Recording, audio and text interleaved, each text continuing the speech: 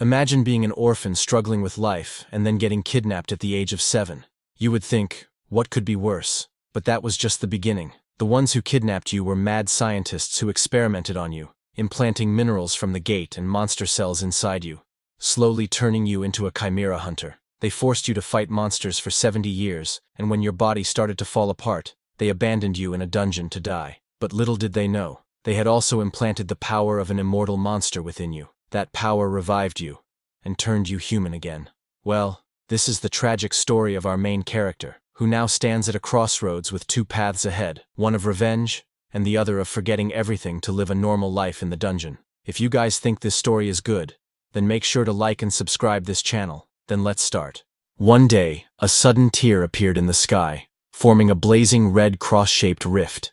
Its edges crackled with energy, radiating an ominous glow as if the heavens themselves had been split apart. On that fateful day, everything began to change. From the ominous rift in the sky, a gate tore open, flooding the world with chaos. Swarms of monstrous insect-like creatures poured out, their wings beating furiously as they descended upon the earth. And with their arrival, destruction followed. From beyond the rift emerged a world that would later be known as the Demon Realm. From its depths, ferocious and merciless monsters poured into the human world, their presence bringing chaos and ruin wherever they went. In humanity's darkest hour, certain individuals awakened with extraordinary abilities. These chosen ones, known as hunters, rose to stand against the monstrous threat, wielding powers that defied ordinary limits. These hunters were individuals who had awakened to the power of mana, granting them extraordinary abilities that set them apart from ordinary humans. With the emergence of these empowered individuals, humanity finally found the strength to fight back, launching a counterattack against the monstrous invaders. As the years went by, the scars of war slowly began to fade. Cities rose once more from the rubble, rebuilt under the warm glow of a new dawn. Though countless challenges still lingered, life gradually found its rhythm again. At the very least, some people were able to reclaim and enjoy a semblance of normalcy. Peace was fragile. The threat was never truly gone, as monstrous creatures continued to emerge, forcing humanity to remain vigilant and ready for battle. To combat the relentless waves of monsters pouring into the world, warriors fought fiercely, determined to hold the line and protect humanity from annihilation. With a fierce cry, the warrior swung his weapon, striking at the monstrous abomination before him, its gaping maw lined with jagged fangs and filled with unblinking eyes. Every blow was a desperate attempt to keep the horrors at bay. Despite their bravery, there was a critical problem. The number of hunters who naturally awakened their powers was far too few to match the overwhelming tide of monsters. Thus, in response to this dire shortage, something new was created, a force born out of necessity to stand against the relentless threat. It was none other than artificial life, beings created by human hands, their glowing eyes and formidable presence signaling a new weapon in the fight for survival. This creation was known as the Chimera Hunter, a powerful artificial warrior, forged to annihilate monsters with unmatched precision and devastating force. The experiments utilized grim materials, corpses of death row inmates and animals, serving as the foundation for creating these artificial warriors. They also incorporated rare minerals harvested from deep within the gates, their otherworldly energy serving as a vital component in the creation process. Monster cells were added to the mix, infusing the creations with the power and ferocity of the very beasts they were designed to hunt. In a desperate bid for survival, humanity pushed the limits of science and morality, fusing the remains of beasts and humans within ominous laboratories to forge weapons capable of turning the tide. These advancements made it possible to mass-produce chimera hunters,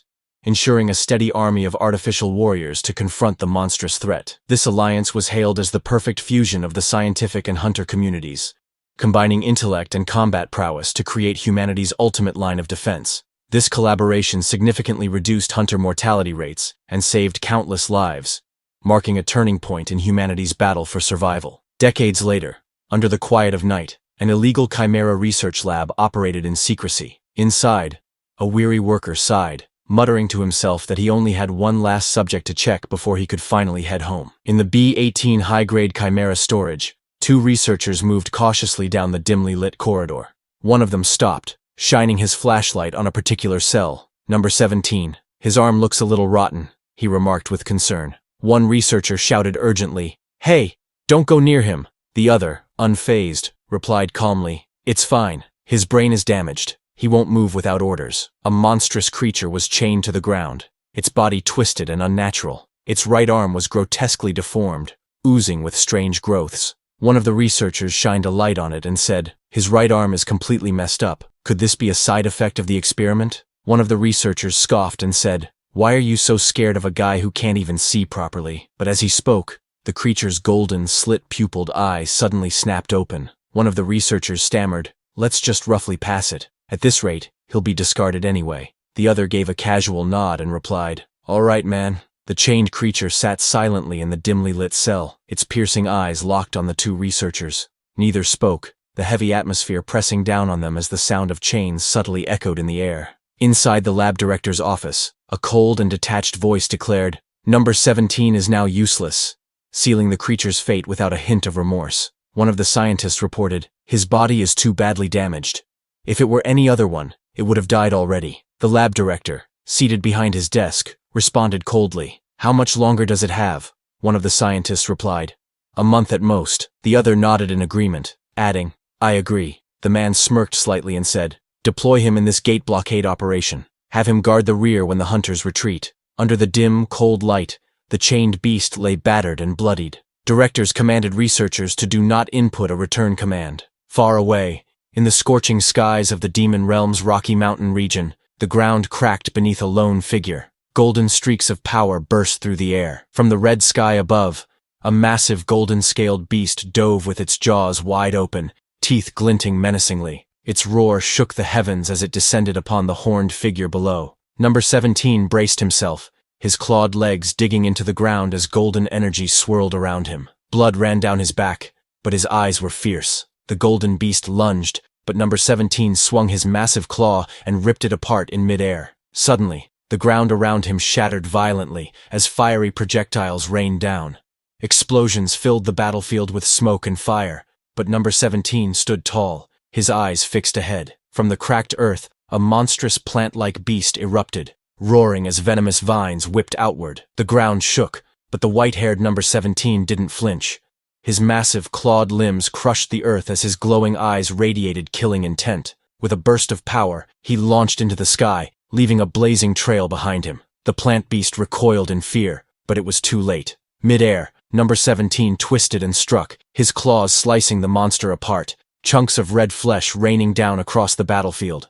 Explosions shook the battlefield, debris flying everywhere. Number 17 opened its jaws wide, rows of sharp teeth gleaming as blue lightning sparked around them. In its mouth, a glowing sphere of energy formed, building up for a deadly attack. A flash of blue lightning blasted from its maw, shooting down like a spear of pure destruction. The beam struck its target directly, scorching everything in its way. The creature was swallowed in the blinding light, its body convulsing as it let out a terrible scream. Sparks crackled across its frame until it looked ready to tear apart from the inside.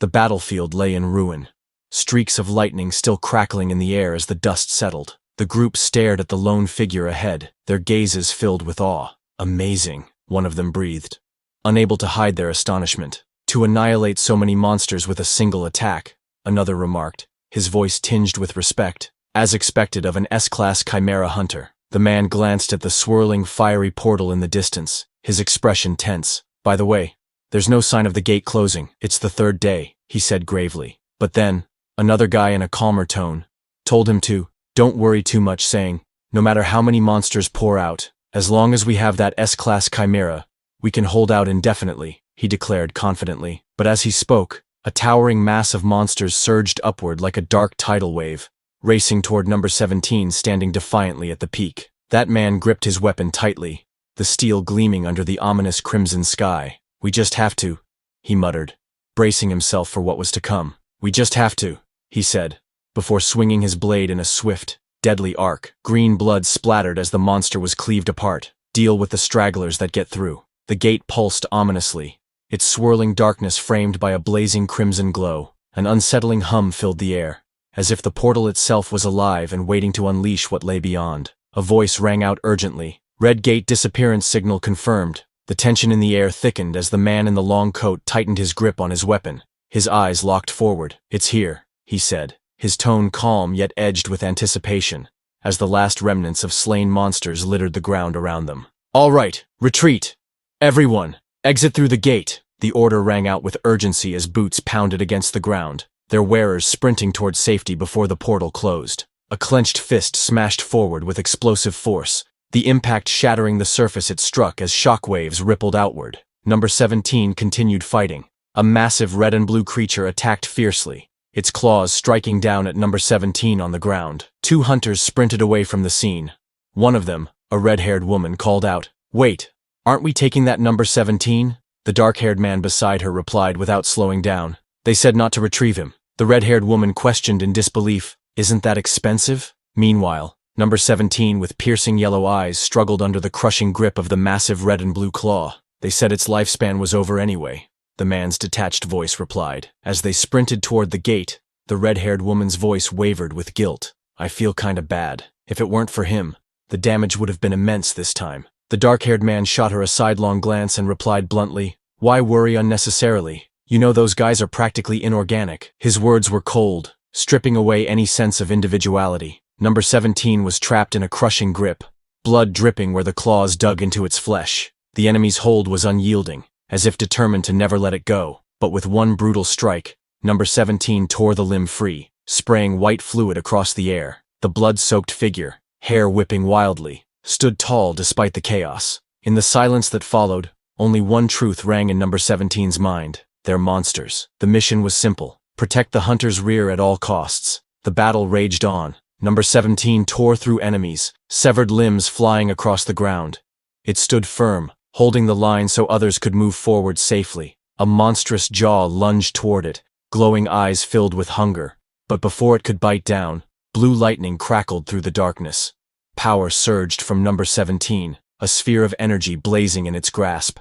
Its golden eye gleamed fiercely under its horned crown, as it unleashed a colossal blast of blue and white energy. The ground split open, debris flying high as the destructive beam ripped everything in its path apart. Even as smoke and lightning filled the battlefield, a calm voice echoed in its mind. "Do you understand?" Wrapped in a green poisonous mist, number 17 staggered forward, bleeding heavily. Blood dripped from its jagged teeth, its claws still raised, refusing to surrender. Through the haze, the words pulsed in its head: "There is nothing else. When the mission ends, you don't return." The comms crackled with number 17's cold report: "Retreat route secured." Its severed claw fell heavily to the ground, lifeless. The mission was complete. Around it, the battlefield was covered in green monster blood, bodies piled in broken heaps. At the center, number 17 lay battered and dying, while the remains of a severed claw rested beside him.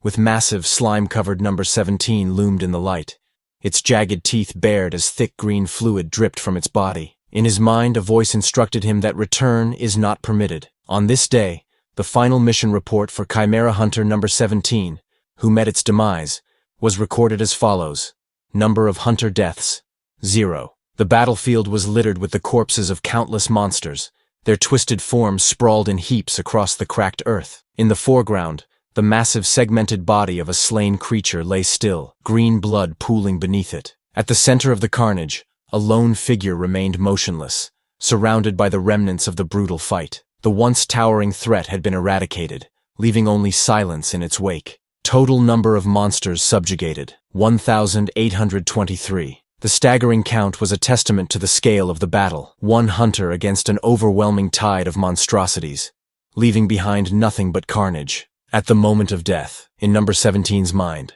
fragments of an unrecorded past began to surface. It recalled that it had once been a complete human, and that it was kidnapped at the age of 9. Starting from that memory, a panorama of number 17's life began to flash before its eyes. Unfortunately, number 17's damaged brain couldn't fully comprehend the meaning behind those scenes. It calmly watched its past life unfold. 79 years ago, at the District 13 orphanage, a man stood outside holding a baby. Looking down at the child, he read softly, "The child's name is..." 70 years ago, a boy sat silently on a chair, his head lowered. A man stood before him, scolding, "You hit a friend with a stone because they teased you a bit? How many times has this happened now?" The boy remained wordless. Snow fell quietly outside as the doors slammed shut with a loud bang. "We can't keep you anymore." With those words echoing in his mind, the boy stepped out into the falling snow, arms crossed against the cold, leaving the orphanage behind. The boy collapsed face first into the snow,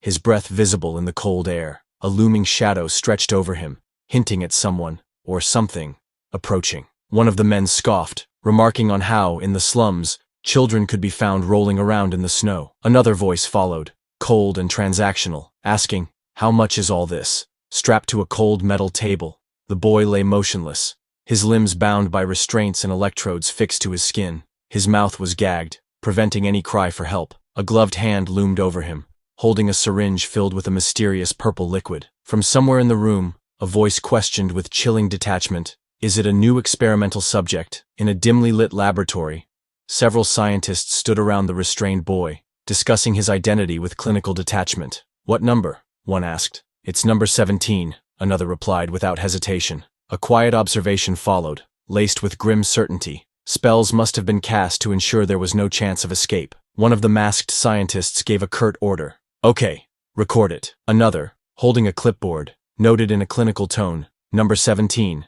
S plus class silkworm larva cell injection." Number 17's restrained hand twitched violently, the black tattoo stark against his pale skin. One of the observers spoke with clinical anticipation. "Let's watch now. What kind of reaction will appear?" One of the researchers stared at the readings in disbelief. "No side effects." Another observed the restrained boy in the chair and added, "A special ability has appeared, but his human form and ego are maintained." One of the researchers examined the data carefully and remarked, "It seems to have a unique constitution." Another, with a cold and clinical tone, ordered, "Keep implanting various things until there's a reaction." The group of scientists huddled closely together under the harsh white light, their lab coats forming a wall of secrecy. Whatever they were observing seemed to demand their full attention, the air in the dimly lit lab thick with tension. Then 64 years ago, in the midst of a crumbling room, number 17 stood firm, energy radiating in a brilliant blue sphere between his hands. The ground beneath him cracked from the force, while behind him,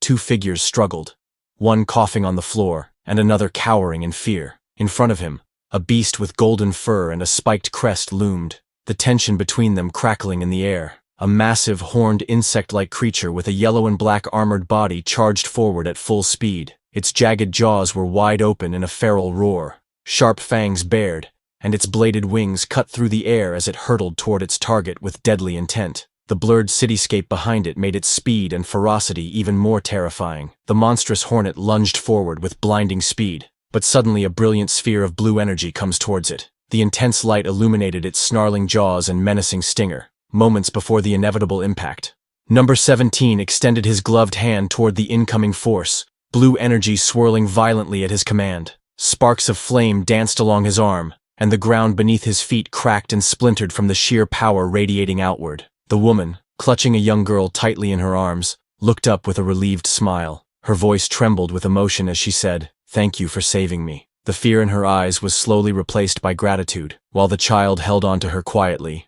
still wary of their surroundings. One of the uniformed men, his shoulders heavy with guilt, looked at the number 17 and said, "I'm sorry to put such a burden on a child like you." Number 17, his face calm and voice steady, simply replied, "It's fine." The scene shifted to a pair of sturdy black boots stepping onto the cracked ground, the words, 59 years ago, marking the moment. Number 17 stood in the middle of a ruined battlefield, surrounded by shattered debris, the severed limbs of monstrous creatures, and craters embedded in the ground. His mind felt clouded, his thoughts fragmented. Why am I here? The question echoed in his head as he struggled to recall anything. What was I doing just now? He wondered, staring blankly at the carnage around him, as if a crucial piece of his memory had just slipped away. From behind, a man in a white lab coat with round glasses called out, "Oh, number 17, why did you stop?" There was a faint, almost mocking curiosity in his tone as he added, "Did your memory get confused?" His calm demeanor contrasted sharply with the chaotic battlefield around them. The man in the white lab coat threw his arms wide, his face lit with unsettling excitement. "Your side effects have finally begun," he declared, almost gleefully. Standing a short distance away, number 17 stared at him in confusion. His thoughts clouded. "Side effects?" he echoed silently, unsure of what the scientist meant. The man in the lab coat carefully documented his observations, noting, "As a result of implanting over 500 types of monster cells for 15 years, 54 years ago, deep within a secret laboratory, relentless experiments took place. The result was extraordinary, a being with power beyond measure, possessing at least an S-rank hunter classification. his true strength practically incalculable. Now, bound in heavy chains and drenched in blood, Number 17 sat restrained in a chair, his monstrous aura radiating in the dim light. The scientist, unable to hide his manic pride, declared him the lab's greatest success. 20 years ago, a gloved hand held out a piece of raw meat, the gesture deliberate and coaxing. "All right, Number 17, good boy," the voice called out softly, as if speaking to something dangerous that needed careful handling. The young woman flinched back in shock as a large bird-like creature with sharp features and blazing orange eyes lunged toward her. "Whoa!" she exclaimed, instinctively stepping away from the sudden, aggressive movement. The woman crouched a short distance away, smiling in satisfaction. "See? I told you it would eat," she said, watching the creature tear into its meal. This monster was Number 17, nearby. A mother turned away in disgust. "It's gross." A man gently covered his young son's eyes. "Don't look at things like that," he said firmly. 3 days ago, a blinding surge of energy erupted in the air, splitting the sky with crackling light. Number 17's golden eyes widened, reflecting the storm of power as arcs of electricity danced violently around it. Massive, grotesque Number 17 let out a final haunting roar as its body began to dissolve into fragments of light. Its fading voice echoed through the air, repeating in a broken mechanical tone, "All missions complete." As the sun dipped low on the horizon, its golden rays illuminated a vast, jagged chasm that tore through the barren land. The ground was littered with bones and remnants of the fallen, a silent testament to the devastation that had unfolded here. A haunting wind whispered through the canyon, carrying with it the echoes of battles long past. Amid the desolate expanse, a single weathered bone lay half buried in the dust. The bone shifted suddenly, scraping against the dry earth as if stirred by an unseen force. In an instant, with a blinding pillar of light, that bone erupted from the ground, tearing through the darkness and piercing the sky. A massive spinal column, brimming with crackling energy, shot up from the earth, each segment pulsing with unnatural vitality. The narration echoed ominously.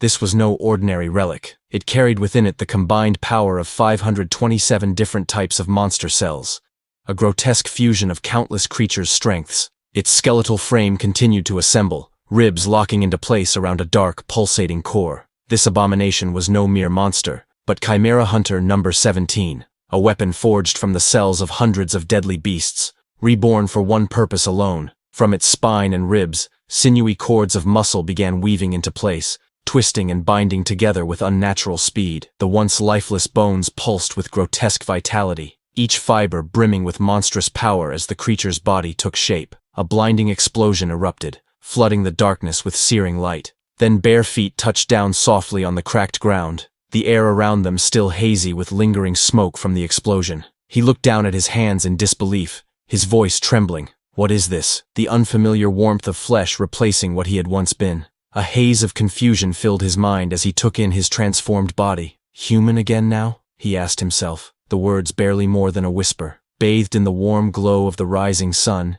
he stood at the center of the barren land, his shadow stretching long across the cracked earth. The massive stone arch framed the light behind him, as if the world itself was announcing his return. Revival. The man stood there, looking down at himself in disbelief. His voice trembled as he wondered if he had truly returned to being human again. He looked at his hand, noticing the monstrous claws that had formed. Although he appeared human, he realized that the monster cells within him still remained, meaning he couldn't truly call himself human. Reflecting on the situation, he thought that a lot of time must have passed, and since the lab hadn't come to retrieve him, something unusual was going on. He realized he had been discarded. The experimental number once engraved on his wrist had vanished as well. Looking at his hand, he wondered if this meant he was finally free, no longer bound to the lab or its control. Thinking about the nature of this power, he concluded that such a transformation could only belong to an immortal-type ability. He understood the nature of the ability. It allowed the body to revive up to 3 times, as long as its core remained intact and wasn't destroyed. He recalled how it was believed that human and immortal cells could never fuse. Yet, looking at himself now, he realized that his body had fully recovered, restored to its peak condition. He realized that with all the side effects of the experiment gone, his condition had reached its best state. The constant haze that clouded his mind since the beginning had finally lifted. Even the spells engraved on him to prevent escape or rebellion had completely disappeared. He thought to himself that if his existence as experiment number 17 had truly ended, then perhaps it was finally time for him to live a normal life, as a human. He reflected that number 17 was nothing more than a label forced on him by the lab. His true identity had been buried beneath that number. He remembered someone once telling him that while he might seem rough or even unstable, he should strive to live with purpose, by consciously helping others. He recalled the words spoken to him. If he could live a life helping countless others, that would give him true purpose. And in that moment, his original name came back to him, Cheon Do-woon.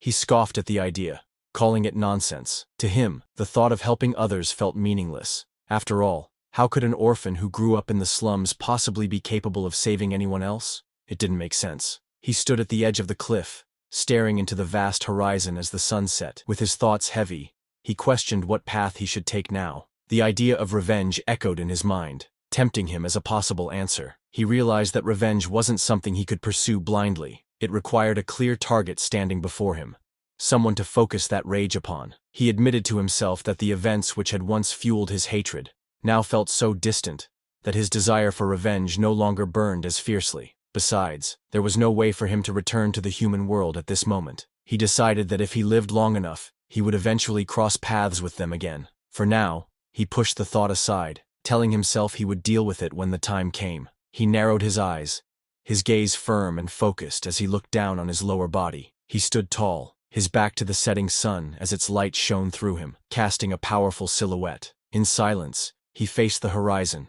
lost in thought about the uncertain path ahead. At last, he made his choice. For the time being, he decided to set everything else aside and try living, at least a little, like a human. As he took his first steps forward, a simple but important thought crossed his mind. If he was going to live like a human, the first thing he needed was clothes. As he walked across the barren land, he wondered to himself, when was the last time he had even worn clothes? The thought felt distant, almost foreign, after everything he had been through. As he wandered near the shimmering lake, he wondered what material he could possibly use to make clothes. The thought lingered in his mind. Whatever it was, it would need to be tough enough to last. Peeking through the bushes, he considered his next step. Perhaps it was best to look around the area for something useful, anything that could serve as material for clothes. As he searched, something caught his attention. With a curious look, he leaned closer and muttered, This is... He came across the fallen body of a large beast. Observing its state, he wondered if it had died in a territorial dispute. Judging by the lack of major injuries,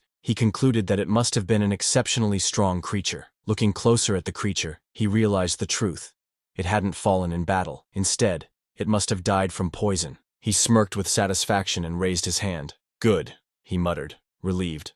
It was perfect timing, just when he needed leather. Without hesitation, he drew his blade. As sparks of energy flashed, his hand turned into a blade.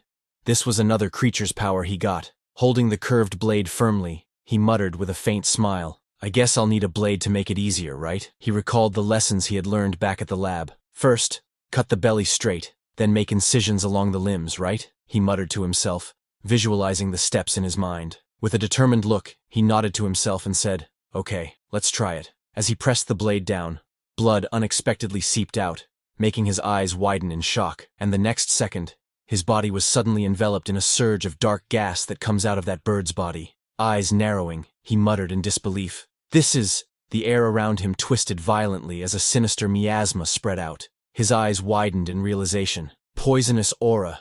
The ground darkened, trees withered, and even the fallen beast nearby convulsed under the suffocating energy. Despite the poisonous aura swirling violently around him, his body remained completely unharmed, no damage. Glancing at the faint stench in the air, he muttered calmly, It smells. I'll have to wash it. After finishing his task, he looked at his handiwork with satisfaction. It's done. Not bad for a first try, is it? He remarked proudly. Then, without hesitation, he turned his gaze forward and muttered, Next. He stepped into the clear stream, the cool water rippling around his hand as bubbles rose to the surface with each movement. After cleaning it, he examined the hide in his hand. Puzzled. It looked soft when I saw it, he muttered, tugging at the material. But as he tested its texture, he frowned. Is it because it's monster hide? It's too stiff. It's not like it's a metal plate or something. His eyes widened as an idea suddenly struck him, a spark of realization lighting up his expression. Oh, in times like this, he exclaimed, clearly having thought of a solution.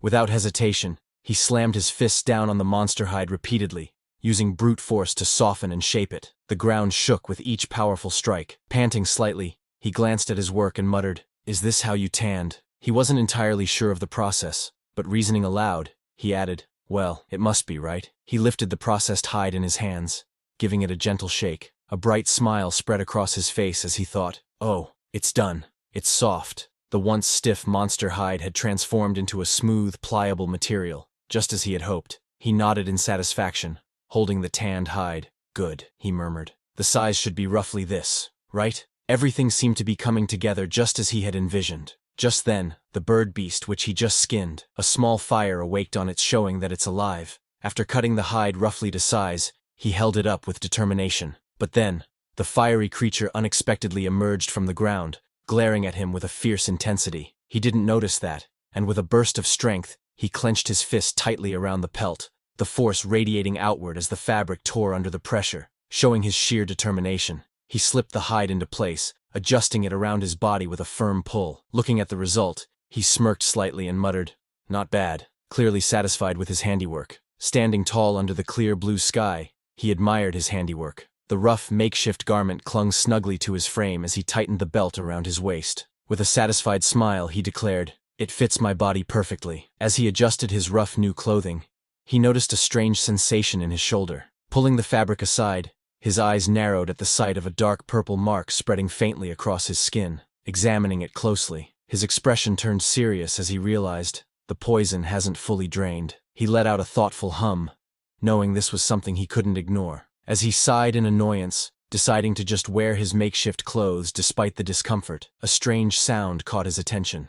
Startled, he turned toward the source and froze. By the water's edge, the creature he thought was long dead suddenly stirred, flames flickering weakly from its head. With a puzzled look, he muttered, "What? Wasn't it dead?" The creature suddenly gasped and choked, its twin flaming heads twitching as if in distress. Despite its weak state, it seemed to react to his presence, almost as though it could understand him. Observing the strange creature struggling yet still alive, he stroked his chin thoughtfully. "Seeing that it's alive despite having rigor mortis," he muttered, narrowing his eyes. "This one must be an immortal type too." He looked at the struggling creature, its flames flickering weakly. "If it were before, I would have killed it without hesitation, because I was a hunter. But now, as he studied it more closely, he realized, the opponent is already weakened, and not even a threat. There's no need to kill it." He looked at the weakened creature and smiled softly. "You and I are both lucky. Since it's our second life, let's live well." As he turned and walked away, he glanced back one last time. "If fate allows, we'll meet again somewhere," he said calmly. The weakened creature lay in silence, its fiery gaze following him as he disappeared into the distance. Bare footsteps echoed softly against the rocky ground as he slowly emerged from the shadows,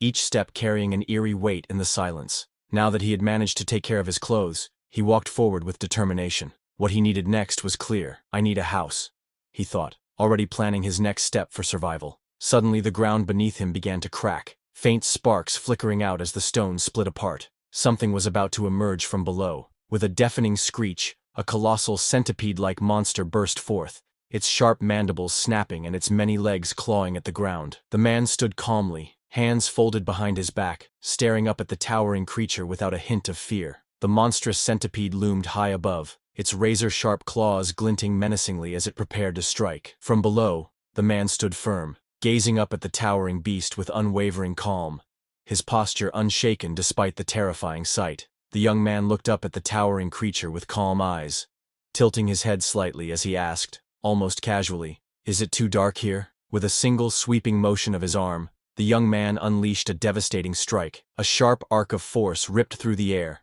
slicing cleanly across the monstrous centipede's body. Green blood sprayed wildly as the beast screeched in agony, its massive form reeling back under the overwhelming power of his attack. The young man calmly turned his back. With his hands folded neatly behind him, he walked toward the light at the end of the tunnel. His voice was cold and indifferent as he dismissed the fallen creature with just one word: rejected. Then he went to a snowy mountain. A cold wind swept across the mountains, carrying with it a relentless flurry of snow. Their large, white-furred beast with a blue face lay in the snow, its mouth wide open in a cry filled with sharp fangs. Snowflakes fell around it as it struggled. Our MC walked past the fallen snow beasts lying across the ground. Looking at the desolate, frozen land around him, he thought to himself that it would be difficult to find any food in such a place. So this place was also rejected. He then walked through the dense forest, and suddenly he wrinkled his nose in disgust. The foul odor in the air made him frown, and he muttered to himself about how unbearable the smell was. This was also rejected. He then stepped into a dark cave. Noticing the damp walls and the sticky green liquid dripping down from above, the air felt heavy and wet, making him frown in discomfort as he muttered to himself that the place was far too humid. This was also rejected. He left the damp cave behind, only to step into another place where streams of lava glowed brightly. The intense heat pressed against him, and with a weary sigh, he muttered that it was unbearably hot. He also rejected it. Stepping out into the open, he was met with a clear blue sky and warm sunlight pouring down. Standing tall on the edge of a rocky cliff, he looked around in surprise and quietly muttered, "Oh," as the brightness washed over him. Standing atop the cliff, he gazed at the breathtaking sight before him. Lush greenery, cascading waterfalls, and a rainbow shimmering in the sunlight. With a hint of surprise, he admitted to himself that the scenery was quite impressive. He never thought he would one day find the demon realm beautiful. Looking out at the peaceful scenery, he wondered aloud if he should explore further. Without hesitation, he leapt gracefully from the cliffside, ready to look around a bit more. He landed with force,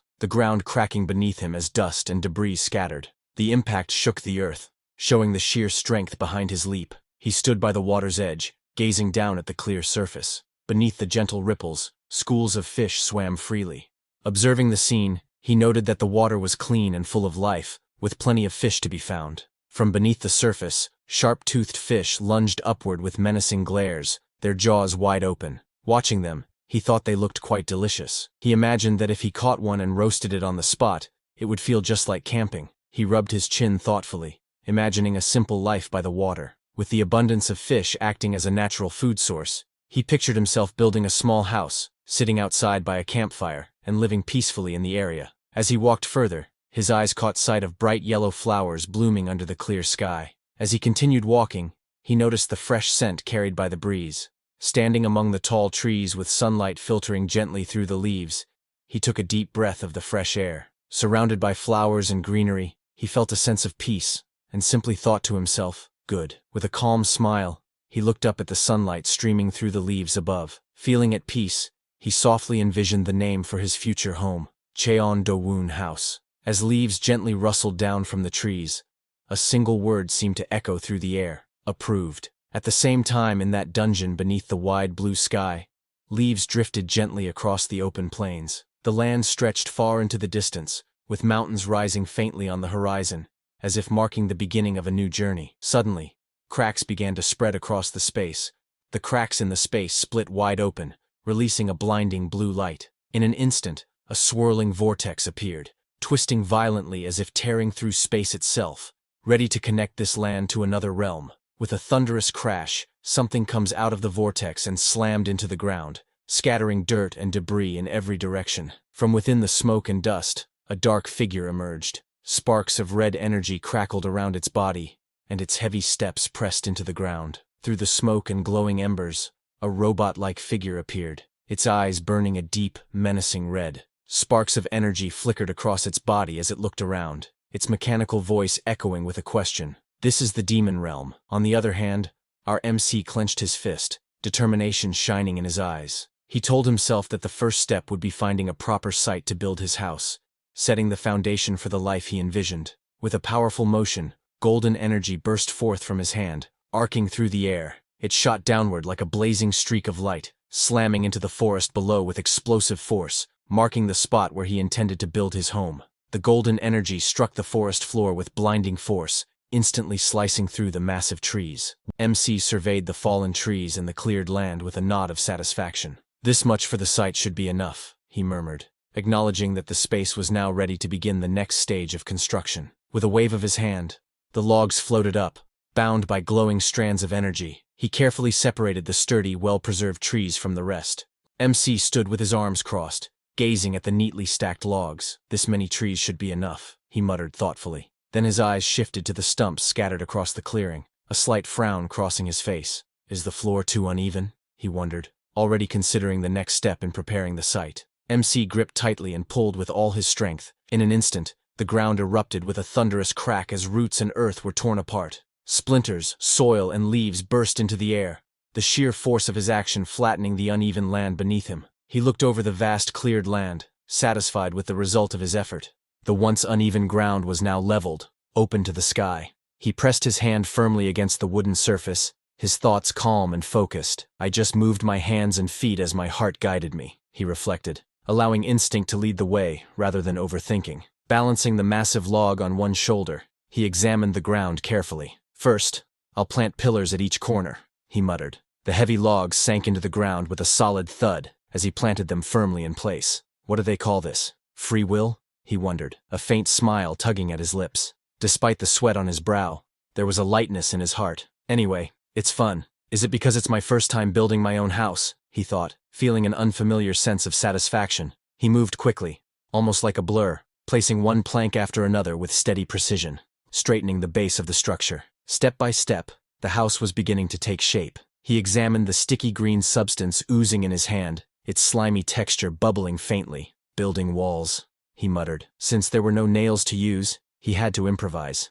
With a firm nod, he decided, I'll use snail-type monster mucus instead. He carefully pressed the logs together, using the thick green mucus as adhesive. Once it hardens, he thought, it'll be as solid as rock. A faint smile crossed his face as he added, waterproofing, in a way, as the bright sky, golden rays spilling down as the leaves rustled gently in the breeze. Now, for the finishing touches, he murmured, ready to complete his work. He looked up with a satisfied smile, hands resting on his hips as the sunlight shone down on him. Good, he said confidently. Most monsters won't even dare to approach. MC stood proudly in front of the small wooden hut, its walls reinforced with snail-type monster mucus, and decorated with silkworm larva's cocoon silk. Despite its unusual construction, he smiled with satisfaction. Quite cozy. I like it, he said, clearly pleased with his work. He stood in thought as he examined his work. But it's a bit lacking, he muttered to himself, a slight frown forming. It felt like something was missing,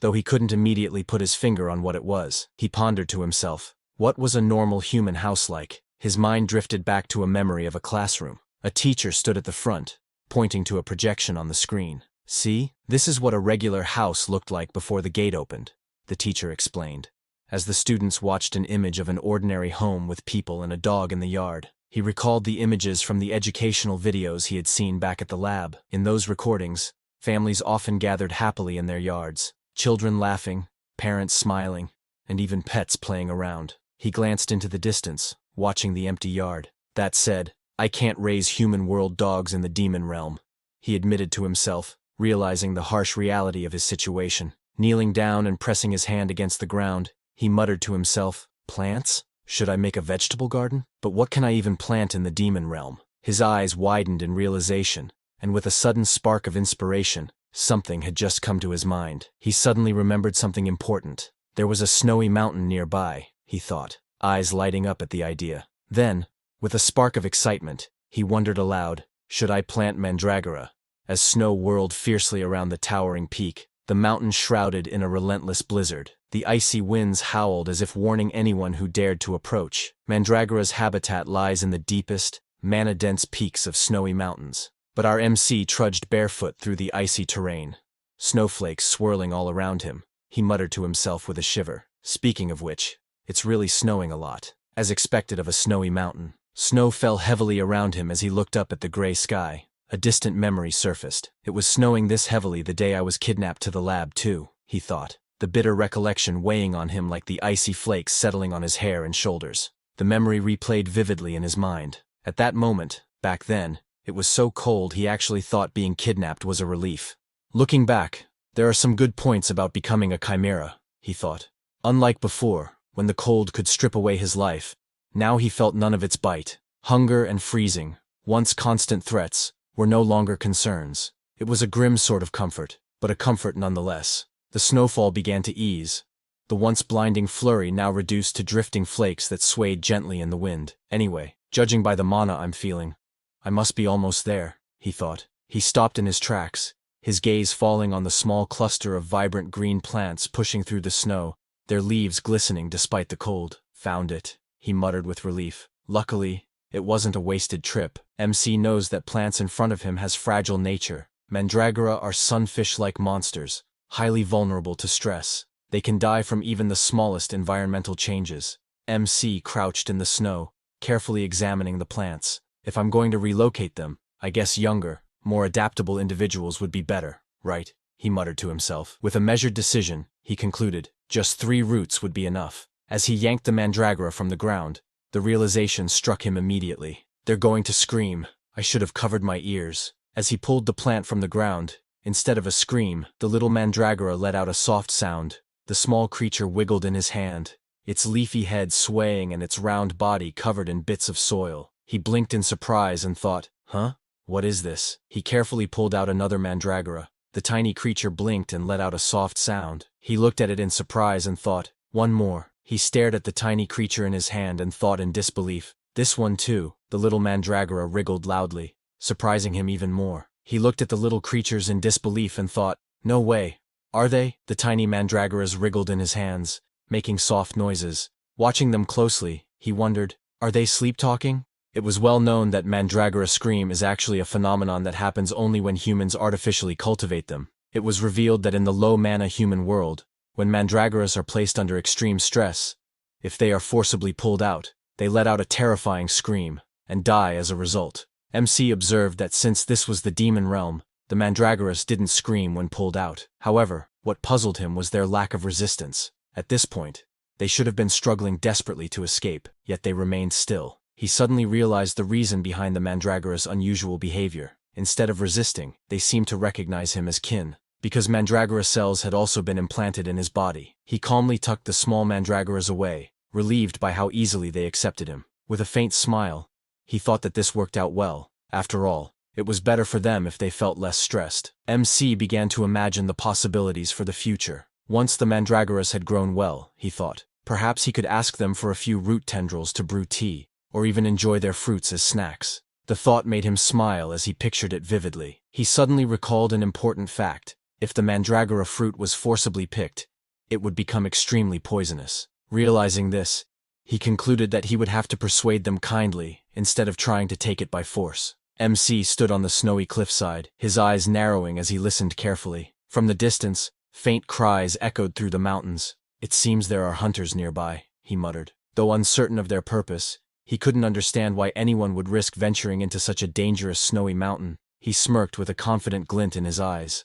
Turning slightly, he asked aloud, almost playfully, shall I go grab some gatestone quickly? On the other hand, 2 men were fighting something. One of the men clenched his teeth in fury, shouting, damn it, to use us as bait and run off. His companion, gripping his weapon tightly, snapped back with urgency.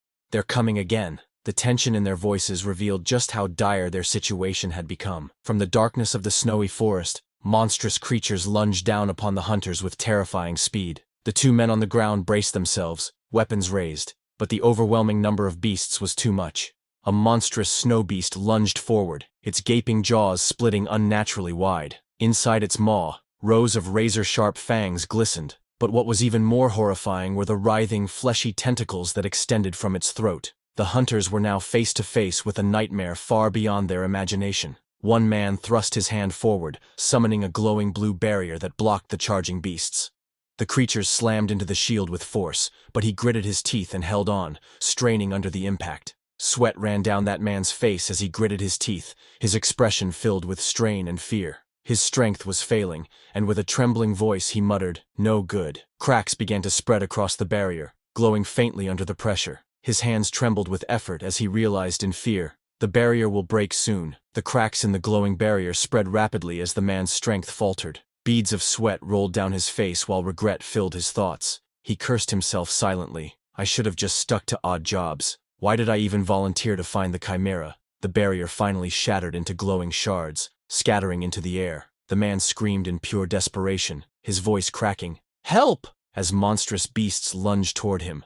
Just then a light shined in the sky. It crashed down from the sky, followed by a deafening explosion. The ground erupted, blasting dirt and stone into the air as shockwaves tore through the battlefield. The monsters, feral rabbit-like beasts with bloodthirsty eyes, snarled and growled, surrounding the 2 men trapped in the chaos. One soldier, barely able to stay on his feet, trembled as he raised his gun, while the other sat on the snow, wide-eyed and frozen in terror. His voice cracked as he stammered, what is that? From within the swirling smoke, an ominous silhouette slowly began to emerge. Through the thick smoke, The soldiers squinted their eyes in shock. One of them stammered in disbelief, realizing the dark silhouette was not a beast, but a human figure slowly emerging from the haze. Out of the dust and smoke, and our MC finally appeared. His face was calm and unreadable, his silence carrying more weight than words as he stood there. He narrowed his eyes at the creature before him. It looked like a snow rabbit, but its fierce glare and sharp fangs revealed it was anything but ordinary. But the snow rabbits froze in place,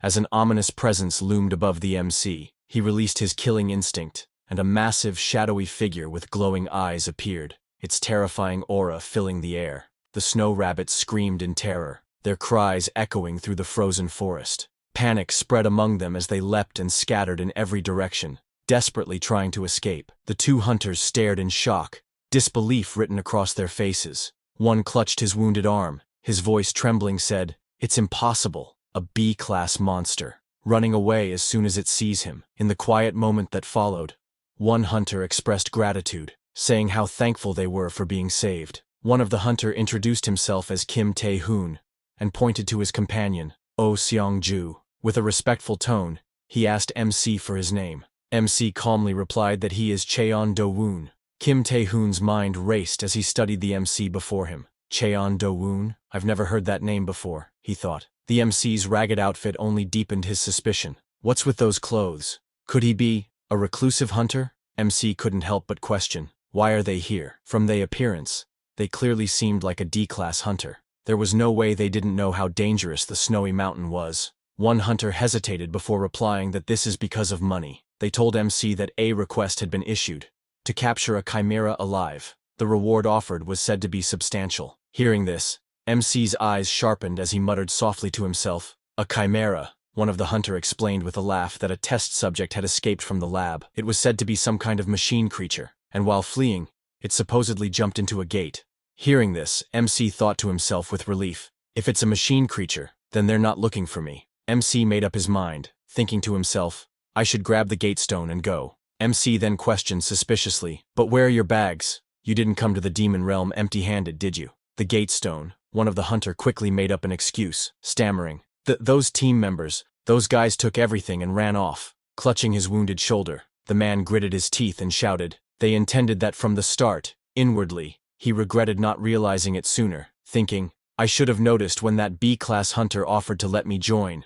Those traitorous hunters laughed and fled, leaving monsters in their wake. Hearing that MC thought to himself, then the gate stone is with them. The nervous hunters, their bodies trembling from exhaustion, pleaded with MC, don't you have any plans to return? We're almost at our limit, you see, one stammered desperately. The other added, you know well what happens when you're contaminated by mana, don't you? They looked at him with a mix of fear and urgency, hoping for mercy. Well, the time a hunter could endure in Demon Realm varied greatly depending on their awakening grade. If they failed to return to the human world in time to purify the mana within them, most would inevitably die. But there was one anomaly. Our MC was the exception. Both of the hunters' desperate voices echoed. One asks that, can't he please take them to the human world, adding that his pregnant wife is at home. But MC wasn't listening to them, and was using his powers to search the other hunters. Found them, he muttered, locking onto his targets with unwavering focus. The desperate plea of the hunters was suddenly cut short. With a thunderous burst, MC shot forward with terrifying speed, the force leaving a deep crater behind. The two hunters froze, wide-eyed, as Cheon-do-woon suddenly leapt into the sky with incredible speed. The hunters panicked and shouted after him. Mr. Cheon-do-woon! One of them cried out in shock. Where are you going? The other yelled, their voices filled with confusion and desperation. On the other hand, the little robot was running away, its glowing eyes fixed on the bright streak. It didn't say a word, only a quiet pause, as if processing everything it had just witnessed. The little robot reached at the edge of the snowy cliff, its small footprints trailing behind it. From above, it gazed down at the dark, thorn-filled forest below. Snow fell gently, but the eerie sight of the twisting shadows made it cautious. The robot quietly noted to itself that this place seemed very dangerous. From behind, a group of hunters spotted the small robot standing ahead on the snowy cliff. Seizing the moment, one of them shouted that this was their chance, and urged everyone to capture it quickly. Without hesitation, they all charged forward, shields and weapons ready. The small robot turned its head slightly, its glowing eyes steady as faint sparks lit up around its frame. In a calm yet ominous tone, it muttered, dangerous things. The robot's transformation was sudden. Its once warm yellow eyes now burned with a sinister red glow. Crimson sparks and violent energy crackled around its body as its form shifted into a darker, more menacing version of itself. The robot system activated, its cold voice echoing just one command. Its only purpose now was clear: to eliminate everything in its path. 4 warriors attacked the robot together. One leapt from above with a shield in hand. Another swung down with a glowing purple sword. A woman surrounded by a magical aura rushed forward, while a man with a heavy blade slashed fiercely from the ground. The robot, its body shining with red energy, raised its arm to defend against their combined assault as the battle exploded around them. Sometimes later, our MC arrived at that place. He looked ahead with surprise. In a worried voice, he wondered if he had arrived just a little too late. He walked across the blood-stained snow, noticing the abandoned gear scattered around. From the scene and a return stone floating in air, he realized that all the hunters had already run away. The hunters had even left behind their luggage in their rush to escape. On the ground, mixed among the bloodstains, were both small childlike footprints and the tracks of animals. Seeing that, MC wondered if the creature had been fighting those hunters while changing its form. He remembered those hunters telling him that an experimental subject had escaped from the lab. It was a mechanical creature, and during its escape, it transformed and jumped into a gate before vanishing. The creature was created from liquid metal, allowing it to freely change its shape. However, since the material was rare, it was made small, about the size of a child or a large dog. MC thought about the mechanical creature. The fact that it managed to overpower 5 B-rank hunters all on its own was truly impressive. On the other hand, Kim Yao urgently called out, telling Xiongju to snap out of it. Xiongju, weak and trembling, said he is done for, explaining that his whole body was contaminated with demonic energy. Kim Yao refused to accept it, shouting at him not to talk nonsense, and reminding him that his child was going to be born next month. With blood dripping from his mouth, Xiongju weakly begged Kim Yao to tell his wife that he was sorry. Tears streamed down his Kim Yao's face as he cried out desperately, pleading with Xiongju to hold on just a little longer. As despair filled the air, Kim Yao questioned if miracles truly existed. At that moment, a glowing figure stepped forward, their foot touching the ground like a sign of hope breaking through the darkness. Tears still streaming down Kim Yao's face, his eyes widened in shock as a sudden radiant light appeared before him. As the golden light cleared, the Kim Yao's eyes widened in disbelief. Standing before them was Cheon Do-woon, carrying a huge pack on his back. They were stunned to see that the pack he carried was their missing luggage. Immediately, Kim Yao rushed forward, going towards Cheon Do. He dropped to his knees in desperation, his voice trembling as he pleaded. He begged Cheon Do-woon to save them, his cries echoing through the snowy forest. Cheon Do-woon stood there surprised to see him.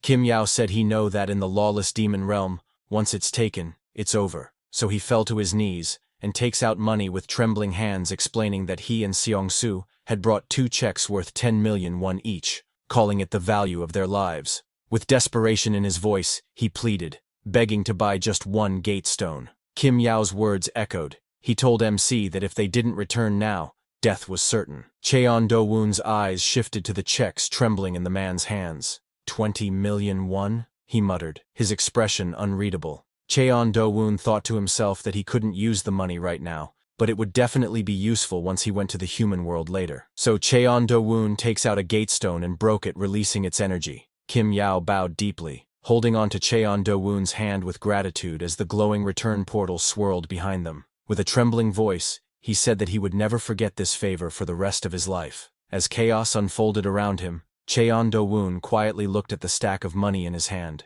his face calm and unreadable, while Kim Yao turned to Xiongju, asking him to get up quickly, saying if they go fast, they might live. But before they leave, Cheon Do-woon asked them if a gate stone cost around 200,000 won in the human world. Kim Yao, supporting injured Xiongju, looked puzzled, and replied that gate stones now cost about 1 million won, and questioned why Cheon Do-woon was asking. Hearing that, Cheon Do-woon extended his hand towards Xiongju, and grabbed his shoulder, saying, "It just feels like he received too much." Cheon Do-woon smiled as faint blue energy started swirling around his fingers. With a calm tone, he told them that he would give them something else as change instead. Just as he said that, a surge of bright blue energy erupted around Cheon Do-woon, swirling like flames and shaking the air. Both of the hunters stared at him in shock. Blue flames of mana swirled violently in the air as Cheon Do-woon released his power. Kim Yao realized that Cheon Do-woon is injecting mana, covering his face from the overwhelming energy. He shouted, asking him Cheon Do-woon to wait, because he knows that injecting mana was an act so dangerous that even A-rank hunters avoided it. If the flow of mana clashed and became tangled, the mana core could shatter, causing both individuals to die instantly. The danger was clear. Kim Yao knows that if this continued any longer, both of them would undoubtedly perish. But as the mana flow stopped, Xiongju looked down at his hands in shock. A warm glow surrounded him as he realized what had happened. The demonic energy within him had been completely purified. In excitement, he hugged Kim Yao, whose eyes wide with shock and relief. Xiongju cried out with joy, shouting that they were alive. Both of them had survived. But deep down, Kim Yao still struggled to believe it, whispering to himself that such a thing should have been impossible. As Cheon Do-woon turned to leave, Xiongju behind him dropped to his knees in gratitude. He thanked him with teary eyes, swearing never to forget the favor. While Kim Yao could hardly believe what had just happened, Cheon Do-woon had purified demonic energy by injecting mana, something thought to be impossible without an overwhelming amount of power. After witnessing the impossible, a single thought echoed in their minds: just who exactly is Mr. Cheon Do-woon? On the other hand, Cheon Do-woon walked steadily with a large pack strapped to his back. His expression was calm as he let out a thoughtful hum, lost in his own thoughts. Cheon Do-woon arrived at his small wooden home, relieved to see that no intruders had disturbed it. He looked at it fondly. He thought it had been a satisfying outing, especially since he had gained some unexpected income. Cheon Do-woon glanced at the small mandragora tied to his waist who had waken up. Seeing its drooping leaves, he wondered if the long journey had worn it out. Cheon Do-woon knelt down in front of his small home, carefully planting those mandragora into the soil. As he worked, he thought to himself that this much should be enough. But as the small mandragora swayed in the soil, their faces gloomy. They let out low, unhappy sounds, clearly showing their dissatisfaction. MC noticed the little mandragora unhappy expression and frowned. He wondered aloud what they didn't like. Maybe they are upset because their home had been moved by force. Then, thinking further, he guessed they might be hungry from being carried around without soil. Cheon Do-woon reached out his hand, letting a soft blue glow of mana flow from his fingertips into the soil, asking little mandragora, shall he give them some mana because they usually enjoyed it. The little mandragora began to glow with joy, happily responding to the mana they had received. Watching this, Cheon Do-woon remarked that they seemed more at ease now. But Cheon Do-woon suddenly sensed something unusual. Narrowing his eyes, he thought to himself, this presence, it feels familiar. Cheon Do-woon realized that it's the robot the hunters have been chasing. It was a small mechanical creature, clutching branches as if to camouflage itself. Confused, MC wondered, what business does a machine like that have with me?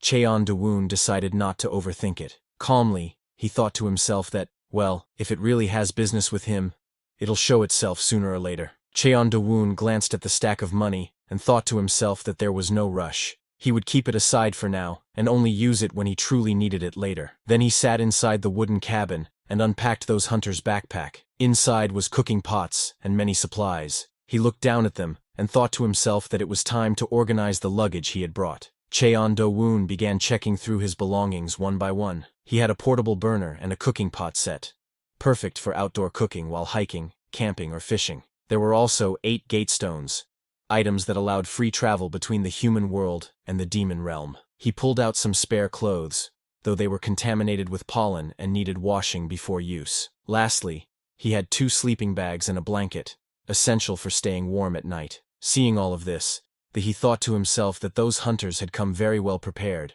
which was definitely a good thing for MC. Cheon Do-woon picked up a red packet and realized it was ramen. A wave of nostalgia hit him, as he wondered if the last time he had eaten it was back when he was a child living in the orphanage. Cheon Do-woon smiled as he held the ramen packet in his hands. Feeling the hunger in his stomach, he thought it was the perfect time. With a spark of anticipation, he decided to try cooking ramen. Cheon Do-woon read the ramen recipe, which instructed him to fill 500 milliliters of water. Standing by the river with a pot in his hands, he wondered if he should just estimate the amount by weight.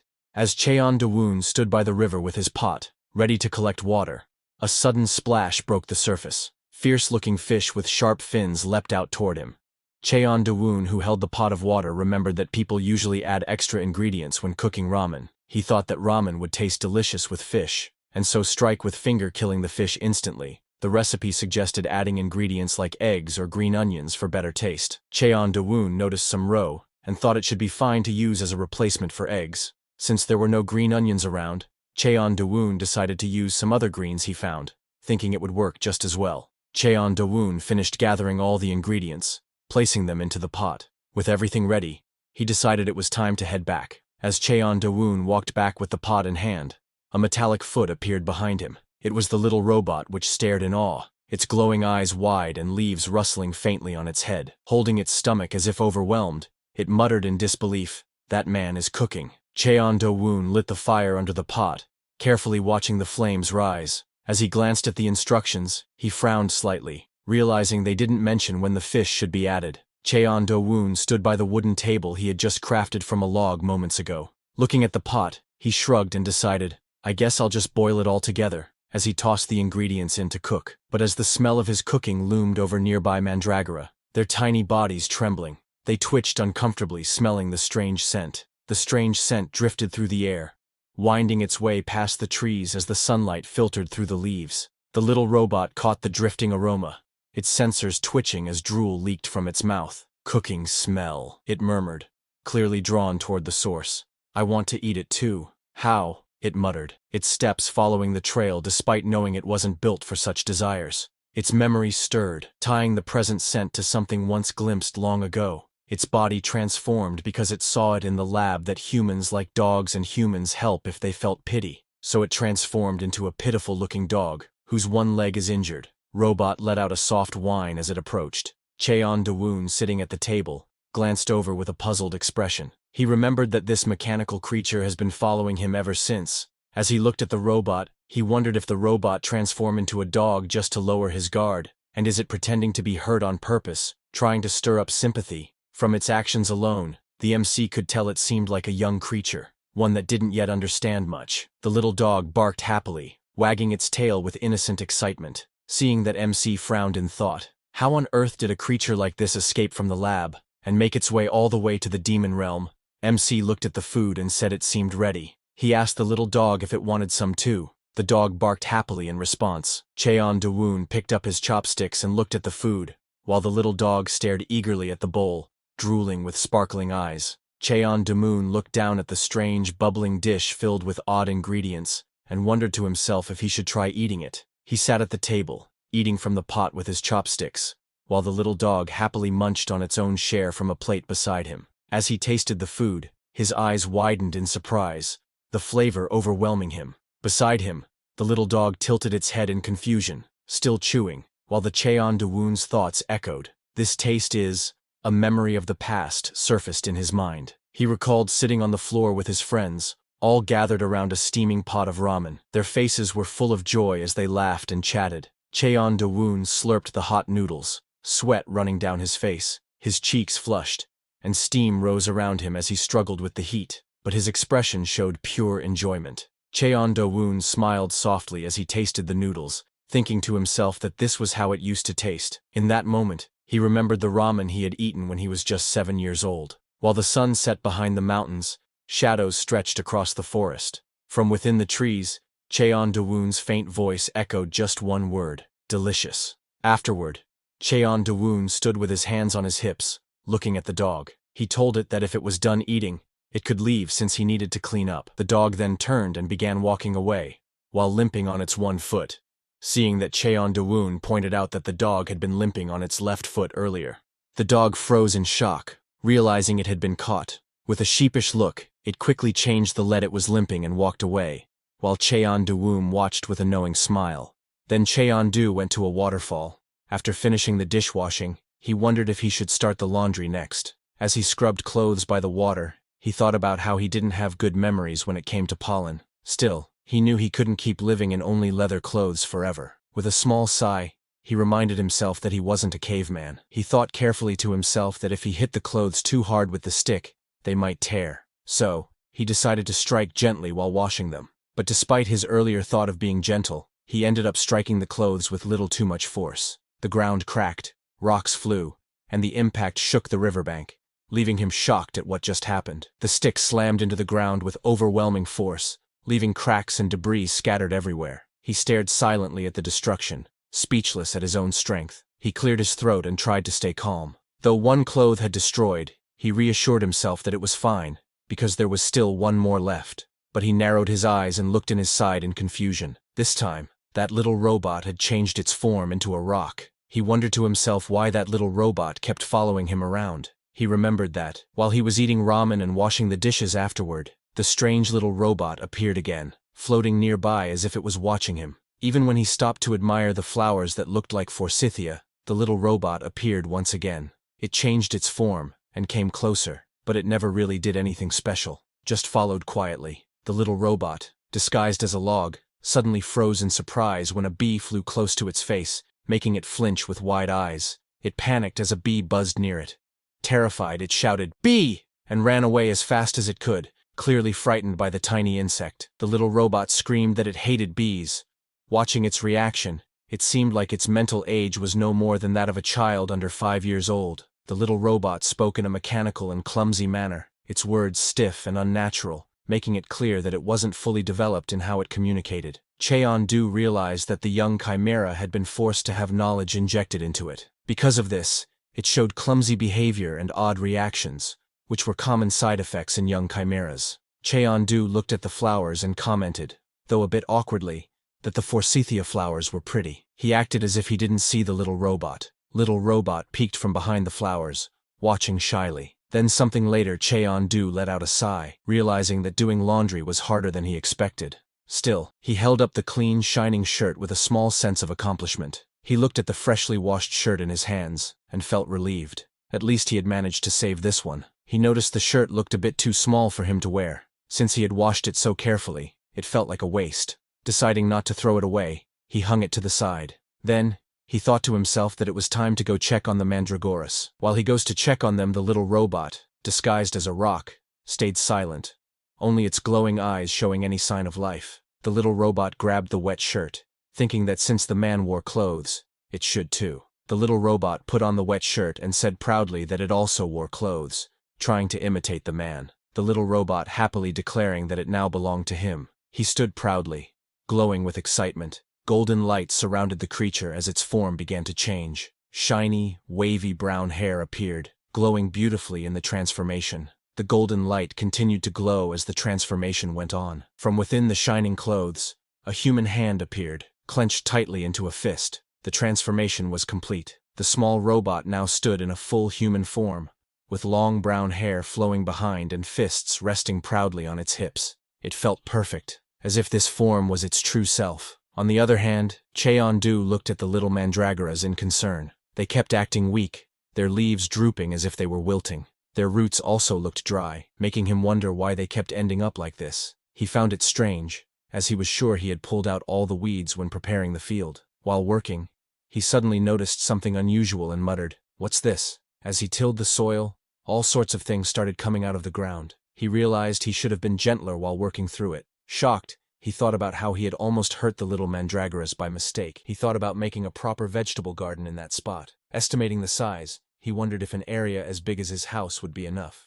Just then, he noticed something appear behind him. He looked back and saw a young girl with long, flowing hair peeked out shyly from behind a tree. Her bright golden eyes widened with curiosity as she softly greeted, "Hello." Cheon-du looked surprised, immediately recognizing that it's the little robot. He thought to himself, "This time it's a girl. Is she finally talking to me?" Gathering himself, he responded softly, "Yes, hello there." The little girl looked at the wooden house with hesitation and asked softly if it belonged to him. Cheon-du simply replied with a calm, "Yes." The little girl nervously asked if he was a native of the area. Hearing her question, Cheon-du smirked slightly and thought to himself whether he should tease her a little. Cheon-du said yes and asked her which tribe she belonged to. Surprised and nervous, the little girl stammered, repeating the word tribe in confusion. The girl nervously pointed far away, claiming she came from across the waterfall, a very distant place that he wouldn't be able to find. Cheon-du thought for a moment and asked if she was from the coconut tribe, since they lived near the waterfall. The girl quickly nodded, flustered but determined, and insisted that he was correct. She claimed that she came from the coconut tribe. Cheon-du noticed the outfit and pointed out that it looked like his. The girl quickly explained, flustered, that in her tribe, whoever picks something up owns it, so the clothes were hers now. Cheon-du, amused, simply agreed and told her she could keep it. The girl let out a happy squeal. Cheon-du asked the girl what brought someone from the coconut tribe to this place. The girl, looking nervous, admitted that she had been kicked out of her tribe. Then, gathering her courage, she said she had a request for him. The girl shouted nervously, her face red with determination. I want to live here too. Please.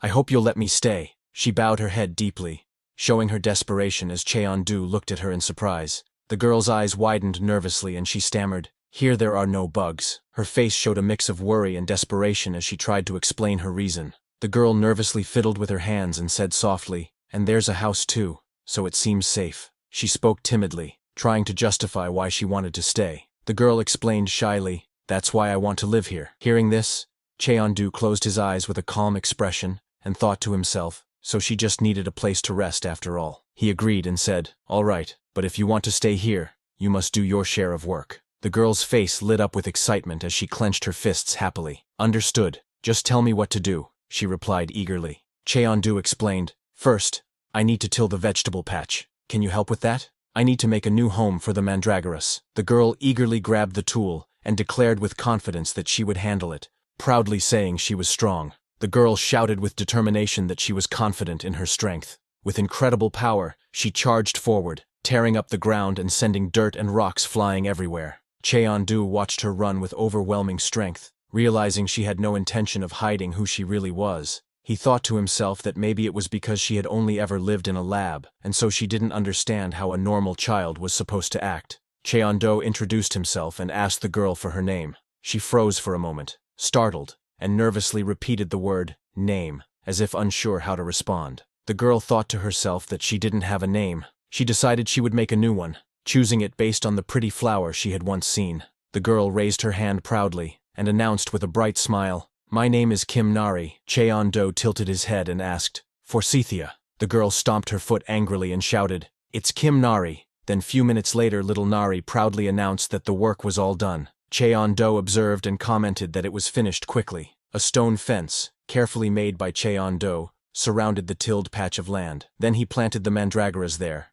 Little mandragoras jumped around happily with bright smiles, clearly excited and full of energy in their new home. Cheon-do watched them and thought he should have tilled the field more carefully. Meanwhile, Kim Nari stayed quiet, simply observing. Cheon-do suddenly turned his head, sensing something unusual. His expression sharpened as he clearly noticing something that caught his attention. Little Nari suddenly burst into tears, her eyes filled with sorrow.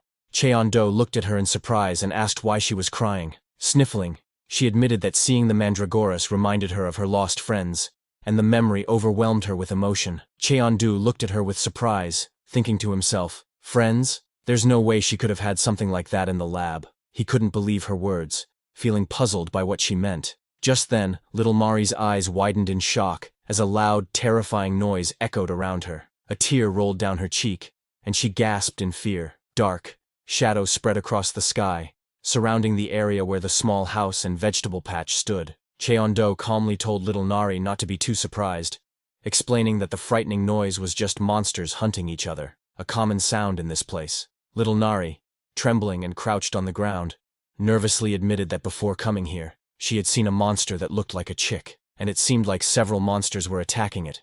Hearing that, Cheon-do widened his senses and calmly confirmed, "It seems so." Little Nari trembled as she listened, her voice filled with worry. She said it sounded like the creature was in pain and must be hurting. She added that it seemed to have been bitten. Cheon-do, standing calmly beside her, explained without emotion that the creature would soon be eaten, for this was the demon realm after all. He asked her perhaps she saved that monster. Hearing that, little Nari clutched her head. Trembling, she shook her head and cried out in despair, insisting that she couldn't save monsters. Seeing her reaction, Cheon-do wondered if the side effects of the brainwashing command were still affecting her. It seemed she couldn't move according to her own will. Cheon-do thought to himself that he needed to be careful with his words so they wouldn't sound like commands. Smiling gently, he said to the little Nari, "If you help, the monster might survive. Do you want to go and take a look?" Hearing this, the little Mari's eyes widened in surprise, clearly moved by his words. She shouted, "I'll be back," as she launched herself high into the sky, leaving Cheon-do watching her soar upward with determination. On the other hand, huge insect-like monsters with sharp wings and fierce eyes rushed forward aggressively, their movements fast and threatening as they filled the battlefield with danger. Their target, a small, fluffy creature, lay on the ground, weak and injured, its body trembling in fear. One of the giant insect monsters struck at it with a sharp claw, aiming to finish it off as the helpless creature cried out softly in pain. Just then, little Nari rushed in, shouting, Don't torment it! She struck the giant insect monster with all her strength, knocking it back. The small, fluffy creature on the ground looked up in shock as she defended it bravely. Little Nari clenched her fist tightly, determination shining in her teary eyes. With a firm resolve, she thought to herself, I will save it. A memory of past flashed in front of her eyes. In a dimly lit hallway, two children whispered nervously. Pointing at little Robot 1 asked if she had taken first place again in the rank battle. The other, sweating with worry, muttered that if this continued, they would be used for dangerous experiments with high chances of failure. This made those children angry, and they took little Robot's small, yellow toy and torn it. They throws it on the ground, with tufts of its fluffy feathers scattered around. The other children shouted angrily, Let us live too, if only you weren't here. They ganged up, kicking and beating the small robot. Curled up on the floor, the robot thought sadly, Why, I just did as I was told. The small robot trembled. In its mind, it cried out, It hurts. Please stop. Little Nari could not save her toy there, so this time she have divided to save this little white creature. Little Nari shouted with all her strength.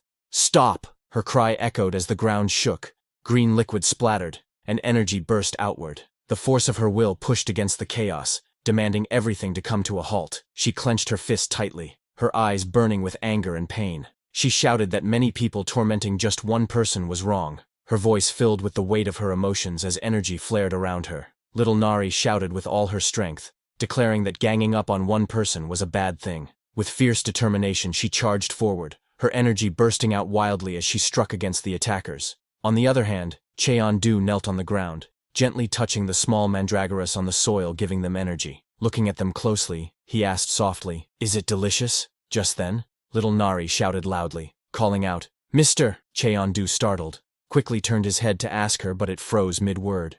Little Nari's eyes filled with tears as she clutched the small creature in her arms. Panicking, she cried out. Little Nari held the small, injured creature tightly in her arms. Its eyes were swirling as if it had lost consciousness, and faint marks and bruises covered its body. Cheon-du tried to calm himself down, but then froze in shock. That tiny creature reminded him of the white monster with fiery eyes and a burning presence that he skinned before. He stared at the creature, a strange feeling creeping over him. It seemed familiar. Little Nari clutched the small creature in her arms, her face filled with tears and panic. She looked up desperately and cried out, calling Chen-du uncle, asking what they should do. With trembling words, she explained that the creature wouldn't wake up, her fear and helplessness clear in her voice. She cried out that it didn't look good, and asked fearfully if it was dying. Cheon-du walked toward her calmly, and told her that they should take a closer look. He slowly reached out his hand, blue energy swirling gently around his fingers as he prepared to use his power. He placed his glowing hand gently on the creature, blue energy flowing around his fingers. After checking, he sighed in relief and thought that, fortunately, the wound didn't seem to be fatal. He realized that every monster's magic carried a unique history within it, something that made each one different from the other. He noticed that the creature had shrunk in size, and its color had become lighter, but he was certain it was still the same immortal-type monster from before, now weak and barely conscious in the girl's hands. Cheon-du wondered why the creature had shrunk so much, and if its way of healing was different from his own. Meanwhile, the little Nari, holding the small creature in her arms, anxiously asked if it was truly dying. Cheon-du explained that the creature wasn't dying, but simply malnourished. He noted that it had shrunk because it hadn't been able to get enough food. Little Nari repeated the word, malnourished, in surprise, trying to understand. Cheon-du explained that he had given the creature some mana, so if they left it alone, it would recover on its own. Hearing that little Nari looked down at the creature quietly, her face filled with concern. She remembered her past where two children were very angry at her, and they destroyed her small, worn-out stuffed toy. Looking at that small creature, she remembered that She held up the small, weak creature with worry in her eyes. She pleaded that if they left it alone, it would surely die. Pointing out its condition, she compared it to a rice cake, limp and lifeless in her hands. Little Nari clutched the small creature tightly to her chest, her eyes filled with determination. She asked if she could raise it, saying she wanted to take care of it. Nervously, she promised that she would train it properly, and feed it well too. Her voice trembled as she asked if that would be okay. Cheon-du with a calm smile, and remarked that the creature might grow quite large in the future. Little Nari quickly insisted that she would only feed the creature a little. Cheon-du then allowed her to do as she wished. Hearing this, little Nari's eyes lit up with joy, and she asked in disbelief if he really meant it. Cheondu said yes, and suggested that she could let the creature roam around the yard and even guard the house. While they were talking suddenly, the small creature slowly opened its eyes, looking weak and confused. In a dazed voice, it wondered to itself, "Where am I?" And the next little creature suddenly jolted in shock as it noticed Cheondu standing in front. The small creature's eyes widened in alarm as it recognized the him. With a trembling voice, it thought to itself, "It's the one who took my skin." Back then, hearing the creature's voice, little Nari looked down. Her eyes lit up with excitement as she hugged the small creature tightly. Meanwhile, the creature's face twisted in fear and shock, sweat dripping down as it realized the danger it was in. Little Nari lifted the round creature high into the air with excitement, shouting that it was awake and even making dove-like noises. Meanwhile, the creature, sweating nervously, was shocked and confused.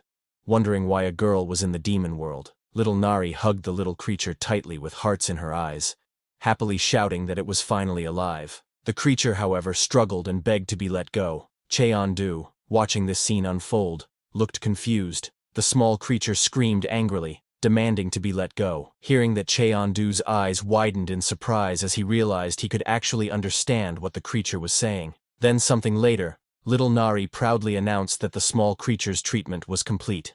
The round creature, now wrapped tightly in bandages, groaned in frustration, saying it couldn't move at all. With excitement sparkling in her eyes, little Nari looked at her uncle and told him she had already picked out a name for it. The little creature angrily shouted to be let out. Ignoring its protests, little Nari happily suggested naming it Coo, since it made cooing sounds like a pigeon. Cheondu, carrying heavy logs on his shoulder, looked over and simply said that the name wasn't bad. The small creature angrily complained about being named without permission. It reminded them that it already had a name of its own.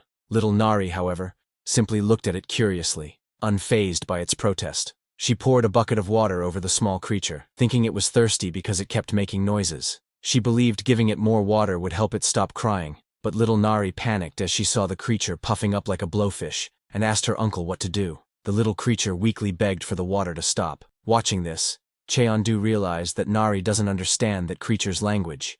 He calmly told her that the creature had already had enough water. Little Nari suddenly realized the creature might be hungry. With excitement, she shouted that she would go find some food for it, and quickly ran off. After she left, Cheondu noticed that many small tasks were piling up. To stay organized, he decided it would be best to build a storage cabinet. He measured the logs, and thought to himself that the cabinet should be about this size. It didn't need to be too big, just enough to serve its purpose. With his hand blade, he tries to cut the log, but it broke in pieces, making Cheondu paused in surprise, not expecting it to cut so easily. He stood puzzled and muttered to himself, wondering what went wrong, since he had built it the same way he had made the table and chair. The little creature, wrapped in bandages, clicked its tongue, and explained that the wood was different. It pointed out that the one in front of him was soft wood, easy to break. Hearing that, Cheondu realized that wood strength varied by type and asked about it. The creature, surprised, said it was obvious, and couldn't believe he didn't know. Curious, Cheondu then asked which color wood was the strongest. The creature confidently began to say that the strongest wood was obviously the red one, but then it suddenly froze in shock, its eyes widening in surprise. The creature panicked, and asked if the man had just understood what it said. Cheondu, deep in thought, muttered to himself about red wood. Ignoring him, the creature grew cautious, and thought to itself that although it seemed impossible, it should try just in case. With glowing eyes, it decided to attempt reading the man's mind. The creature activated its ability, and a glowing light surrounded it. It used telepathy to read thoughts directly. But Cheondu Chimera power activated and looked through the whole forest carefully. But no matter how hard he searched, he couldn't see any red wood. He wondered if the red wood might only grow in a different place. Meanwhile, the small creature was shocked.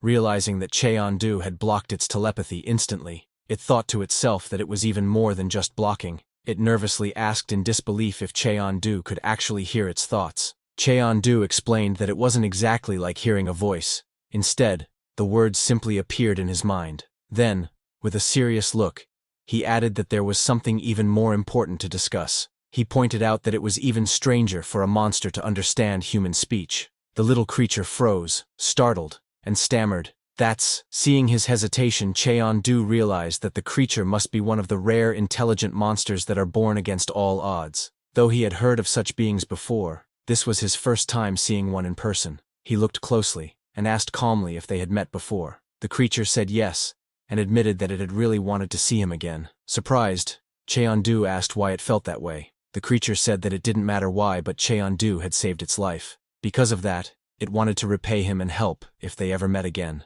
Hearing that, Cheondu realized that back then, he had removed the poison, which allowed the creature's immortal core to survive. That was why it managed to live. He asked if the creature could help him now. Surprised, the little creature nervously responded, asking if he meant right at that moment. The little creature's eye widened, showing its nervousness and hesitation at the Cheondu's request. But the small creature agreed with determination. It spread its wings and declared that it would guide Cheondu to the place where the red trees grew. Meanwhile, inside the forest, little Nari, who goes to get some food for small creatures, screamed in fear, running desperately as fireballs blazed behind her. With tears in her eyes, she cried out for it to go away, shouting that she hated the lab. Little Nari ran as flames burned behind her. Tears streamed down her face as she cried out in pain, shouting that it was too hot. Suddenly fell face down on the ground, and that fireball hit the wall in front, and a massive explosion erupted in front of her, flames and debris scattering everywhere. Seeing that, little Nari trembled in fear, tears streaming down her face. She thought the lab had come to capture her. Panic filled her mind as she cried, terrified of the flames, admitting she hated fire more than anything. On the other hand, a person held a device showing a radar with a red dot. Watching it closely, they confirmed without doubt that she was the mechanical creature, the one capable of freely changing its shape. A tall man with long hair walked calmly through the raging flames, his expression cold and serious. Fire surrounded him, but he seemed completely unfazed, holding burning energy in his hand as he stepped forward with authority. The man stared ahead with a cold, serious expression. Surrounded by flames, he admitted to himself that it didn't feel right to attack a child, but he was prepared to do it anyway. The man's eyes burned with determination as flames swirled in his hand. He shouted fiercely, explaining that his life was at stake, hoping the child would understand why he had to fight. The man thrust his hand forward, unleashing a massive wave of fire. Flames roared violently, rushing toward little Nari, who looked tiny and helpless in the distance. The man shouted that this was the end. As flames rushed forward, little Nari's eyes widened in fear, tears streaming down her face, her body frozen in shock as she realized the danger closing in. Just then, with small creature perched on his shoulder, Cheondu appeared right in front of little Nari, stopping the fire with his bare hands. Behind him, frightened little Nari wiped away her tears. Cheondu thought to himself that all he had wanted was to finish building the cabinet and eat in peace.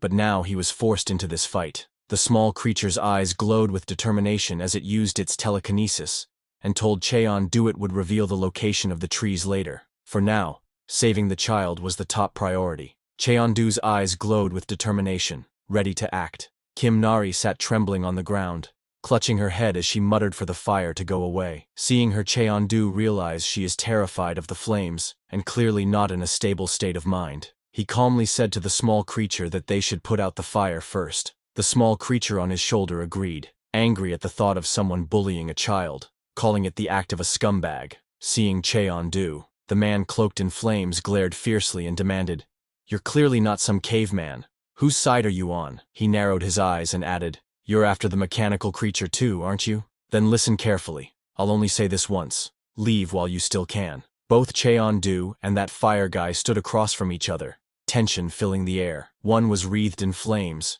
while the other remained calm and steady. Breaking the silence, the Cheondu spoke firmly, "You talk too much." This made the fire guy, engulfed in flames, roared in fury. He shouted that his opponent was getting cocky, his rage spilling out with the fire around him. Then, with gritted teeth, he growled not to ruin the moment. Fire guy, consumed by fury and flames, shouted loudly for his opponent to get lost. With fire blazing around him, he slammed his hands into the ground, sending out a powerful fiery attack. Seeing that Cheondu stood firm with a serious expression, his eyes sharp with focus, he raised his hand and pointed forward, a bright blue light shining from his fingers. Cheondu pointed forward, releasing a powerful burst of blue energy that clashed against that fire guy's fiery attack. Cheondu's attack created a massive explosion of light and force as it hit the mountain behind the fire guy. An explosion erupted with a blinding light, shocking the fire guy. His eyes widened in disbelief as he muttered in confusion, "What the?" The fire guy's face twisted in shock as debris rained down around him. His eyes widened, and sweat ran down his face as he gasped in disbelief, too stunned to speak. Only a cry of alarm escaped him. As the dust and debris settled inside the massive crater, Cheon-do asked little Nari gently if she was okay. Little Nari replied she was fine now. She wiped her tears, her voice soft with relief. She said that uncle had put out the fire, feeling safer now. Looking at Kim Nari, Cheon-do spoke calmly. He told her that whenever she felt scared, she should face it directly and defeat the fear itself. Meanwhile, the fire guy lay battered and motionless on the ground. Cheon-do grabbed the fire guy by the hair and said firmly that when they woke up, they should knock it off, saying that he swung up that fire guy into the air. But just as he held the enemy up by their hair, paused, his eyes widening in surprise as he realized something was off. Cheon-do looked back and saw that the fire guy lay on the ground and his head now bald. Cheon-do looked at him in confusion and exclaimed, "What the heck is this?" Looking at the fire guy's bald head, Cheon-do wondered if he had always been bald. The small creature sitting on little Nari's head was very annoyed and called the fire guy a little brat. Even little Nari looked at him with wide eyes, clearly confused, as the sunlight reflected off the smooth surface of a shiny head, revealing it to be completely bald. Little Nari quietly muttered the word, "bald," in surprise. She burst into laughter, holding her stomach and tearing up from how hard she was laughing. She found the bald head hilarious and shouted that being bald was funny. Little Nari laughed loudly, calling the fire guy Baldy. She said she wasn't scared of him anymore. Hearing this, the Cheon-do looked at her in silence. He was confused because while he was fighting that fire guy, he realized that the opponent was not strong enough to defeat little Nari. Just then the small eyes glowed brightly as it prepared to use its power. It explained that this would make everything clear. The ability, called mental resonance, allowed him to look into another person's memories. Suddenly Cheon-do's eyes also glowed with a golden light as the power flowed through him. Little creature's ability not only allowed it to look into memories, but also to share those memories with others. In little Nari's memories, Cheon-do saw a dark room. There a man in a lab coat stood before a glowing screen, his posture tense as he leaned on the table. A low, unsettling laugh escaped him, echoing through the room. The man's glasses glowed brightly, hiding his eyes as he grinned with a twisted smile. His expression was filled with a sinister excitement. A small slime creature trembled nervously, its round eyes showing fear as it shifted on the floor. It was little Nari when she was just made. Watching her reaction, the man remarked that it seemed to be dodging him now, and noted that the slime had finally started to develop a sense of self. The man stretched out his hand, blue flames burning around his fingers. His voice was cold and commanding as he called out to the slime, telling it to come closer. The man spoke in a cold, dismissive tone, saying there was nothing to fear. To him, this was just another durability test, nothing more. A loud scream echoed as that man burned Miss Little Nari with fire. Seeing all that, Cheon-do finally understood everything. He gently placed his hand on little Nari's head and praised her, saying she did well. Little Nari looked up at him in confusion, not fully understanding. Cheon-do thought to himself that trauma doesn't disappear so easily, but perhaps this was the first step toward healing. Then looking at that bald guy, Cheon-do wondered what they should do about him. Little creature tapped the bald guy's head, checking if he's awake. Suddenly, little Nari got an idea. Little Nari stood proudly with her hands on her hips. Stars sparkled around her as she announced with confidence that she had a great idea. Then few minutes later, that bald man was tied by ropes, was held down a waterfall. Water surged powerfully, making his coat and boots were soaked. Seeing him, little Nari shouted excitedly that if he got wet, his fire would go out. And now the bald uncle wasn't scary anymore. The bald man stood there, soaked and stunned, water dripping from his face. He admitted with frustration that this wasn't the reason he came to the demon world. When little Nari saw that bald man had awakened, she angrily pointed at the bald under the waterfall and called him a bad bald uncle. The soaked man clenched his fists in frustration, thinking to himself in annoyance. Meanwhile, Cheon-do nearby reminded little Nari not to judge people based only on their looks. Little Nari smirked mischievously, while Cheon-do calmly held a pot with a gentle smile. Watching her reaction, he thought to himself that maybe she would recover faster than he had expected. Then Cheon-do crouched by the river, filling a pot with water. The little creature flew nearby, watching him closely and asking what he was doing. Calmly, Cheon-do replied that he was getting water to make ramen. Hearing that, Kim Nari shouted with excitement, declaring that uncle's fish ramen was the best. Cheon-do glanced at her with a faint smile and asked in disbelief, "Really?" Cheon-do asked if the coconut tribe also ate fish ramen. Flustered, Kim Nari quickly raised her fists and shouted that they did, insisting that the coconut tribe loved ramen. Meanwhile, Water splashed on that bald guy. Water dripped down the man's face as he narrowed his eyes. From his sharp gaze, he judged that Cheon-do was at least an A-plus class hunter. He thought to himself that Cheon-do might be even stronger, just hiding his true ability. Meanwhile, Kim Nari splashed into the water with her legs kicking, shouting that she would catch the fish. Beside her, Cheon-do calmly held a pot, watching her. Looking at him, the bald man thought to himself that Cheon-do was probably a reclusive hunter living off the grid. Meanwhile, Cheon-do looked at the water and muttered that he would need more if he was cooking for 3. Seeing them preparing to make ramen frustrated, bald guy thought that catching someone and then sitting down to eat ramen, even for the demon world. This situation felt completely wrong and messed up. Suddenly, little Nari burst out of the water with a fierce expression, holding up 2 large, sharp-toothed fish in her hands, while another clung to her head. With excitement, she shouted proudly to her uncle that she had caught a fish. Cheon-do told little Nari to give him just 1 fish, and release the rest back into the water. Seeing that fish, that bald guy got shocked. Little Nari quickly agreed, and urged him to hurry so she could toss it in. The bald man stared nervously at the strange fish, sweat running down his face. He wondered what these creatures were, and worried that using one would only make the broth smell terrible. Little Nari dropped the strange fish into the pot filled with water, causing it to splash. Watching this, the bald man grew more uneasy, wondering why Cheon-do was using so much water in the first place. Frustrated, the bald man wondered if they even knew how ramen was supposed to be made. Meanwhile, little Nari happily ran forward with small creature sitting on her head, cheering that it was ramen time and that she was excited. Cheon-do calmly followed behind, holding the pot of water. Bald man suddenly shouted for them to wait. Kim Nari stopped in her tracks. Cheon-do also stopped behind, looking slightly confused. The bald man struggled in the rushing water, looking desperate. He asked if they could finally let him down. With frustration in his voice, he shouted that he would cook the meal himself. And then, few minutes later, the bald man stood at a wooden table under a spotlight, placing a packet of ramen on it. To some, ramen was just food. But as he carefully opened the packet with trembling hands, he thought differently. For him, at that moment, it wasn't just ramen, it was life or death. Cheon-do and little Nari, along with the small creature, sat nearby with dark expressions, silently watching, their red eyes glowing with hunger and anticipation. The bald man reminded himself, ramen must be made with sincerity. He decided to stick to the basics, since he didn't know anything fancy anyway. The bald man stood in front of a pot, focused and serious. He trusted his instincts to decide the amount of water, since he was cooking 3 servings. He added the noodles and soup base into the boiling water, knowing it had to cook for exactly 4 minutes and 30 seconds. With his heartbeat steady at 60 per minute, he decided to count 270 beats to track the perfect time. As the seconds passed, he concentrated deeply, his heartbeats guiding him. Finally, when the time was right, he lifted the noodles high into the air, shouting his technique. Air shower. It was a crucial step. Exposing noodles to air, like that, adds that perfect chewy texture in noodles.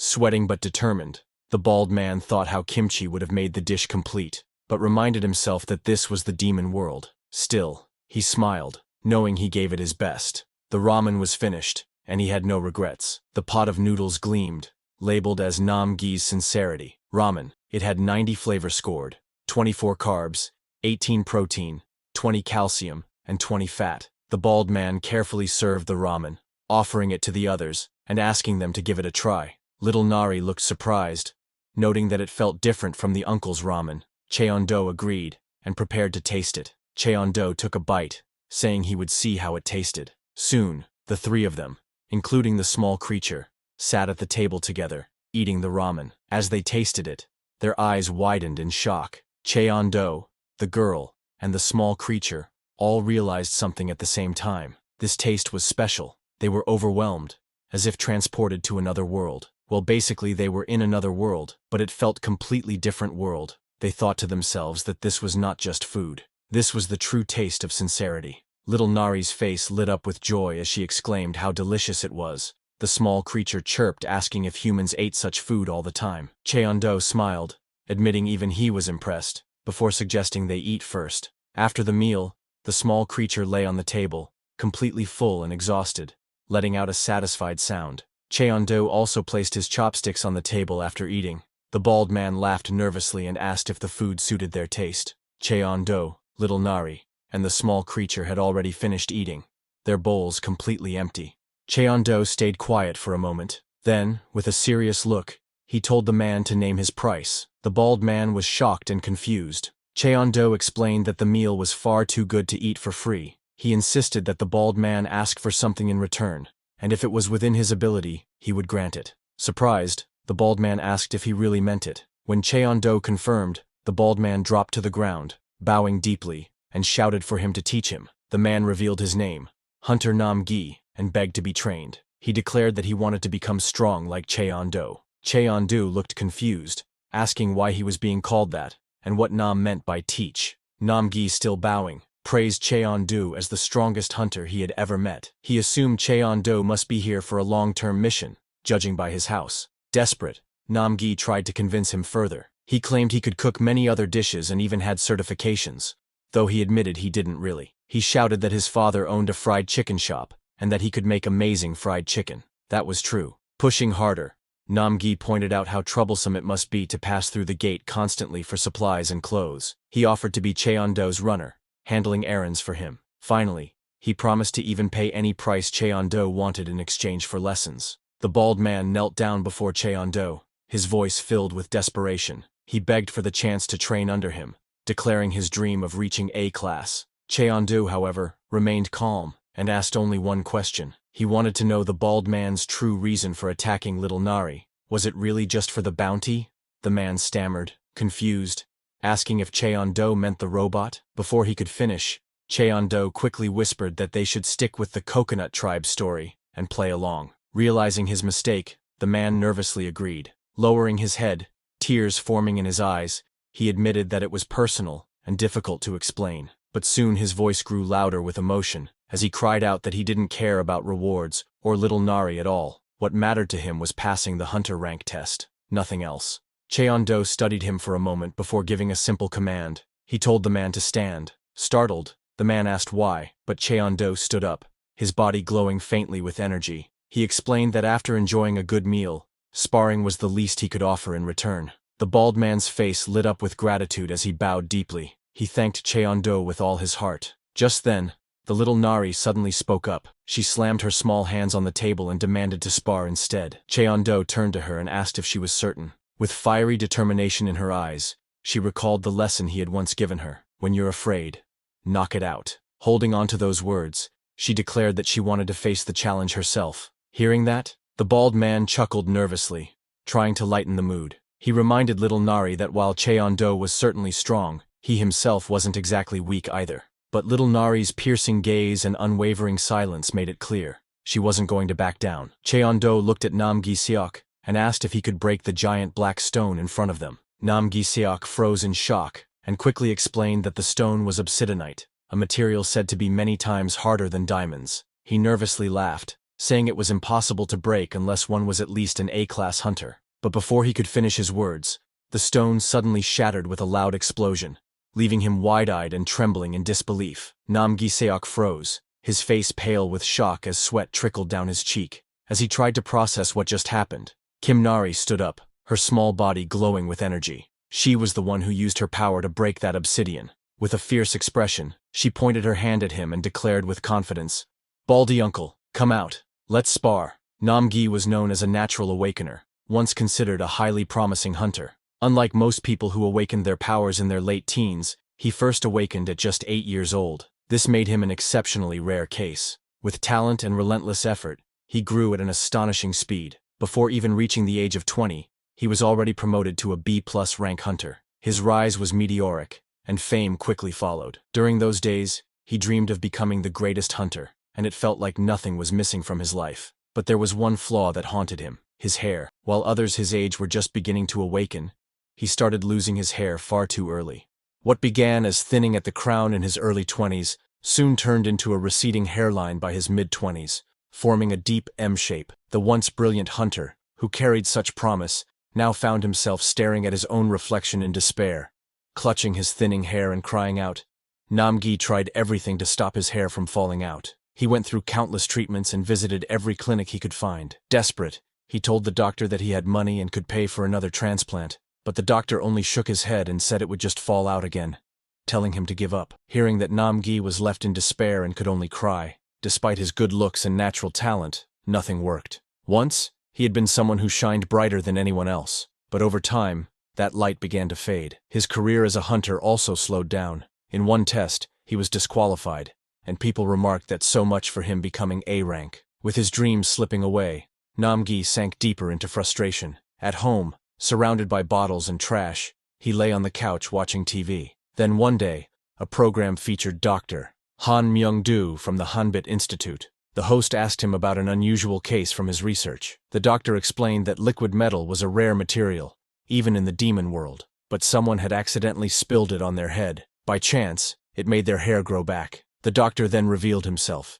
His hair was full and long again. Smiling, he proudly announced that he was nearly 90 years old, yet thanks to liquid metal, his hair had returned. Seeing that Namgi was shocked, lying on the floor, he couldn't believe what he just heard. He gets very angry, asking what kind of bullshit is this. But because he could, the reporters laughed and asked the scientist if he would create a cure for baldness next. Hearing that, Namgi's eyes widened with sudden hope, his heart racing. But the doctor only laughed it off, saying that the mysterious demon world reminded him of how little they understood. He spoke about serving humanity as an awakener, creating more mechanical beings, and aiming for Korea's first major award. Hearing this, Namgi clenched his fists. Why? He thought. Why chase awards when a real cure could change lives?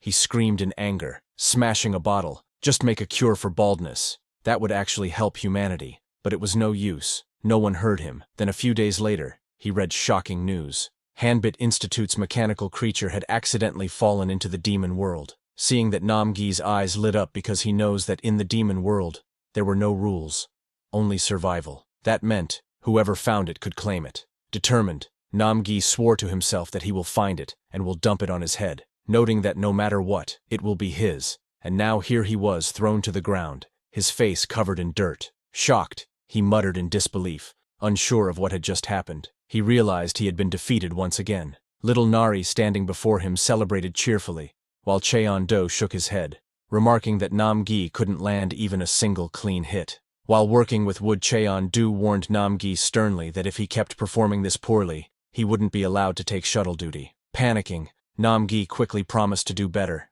begging for another chance. Cheon-do proudly admired the cabinet he had just finished building. It felt strong and sturdy, likely because it was crafted from redwood. The small creature by his side agreed, noting it would last a long time. From a distance, Cheon-do then looked at Namgi, who had been beaten earlier. He couldn't help but think that the Namgi had guts. Despite being beaten all day, he still stood tall and full of energy. Clenching his fists, Namgi summoned flames in his hands. Seeing that, Cheon-do wondered why Namgi seemed so full of energy. Then a thought crossed his mind. Maybe it was because the Namgi had taken off his wig. Fueled by fiery determination, Namgi shouted, asking little Nari for another match, his flames burning brightly as he prepared to fight once more. Small creature, observing the scene, admitted that Namgi's flame ability wasn't bad, but if he couldn't even beat a kid, it wasn't impressive. Hearing that, Cheon-do calmly pointed out that Kim Nari wasn't an ordinary child, Namgi charged forward with flames trailing behind him,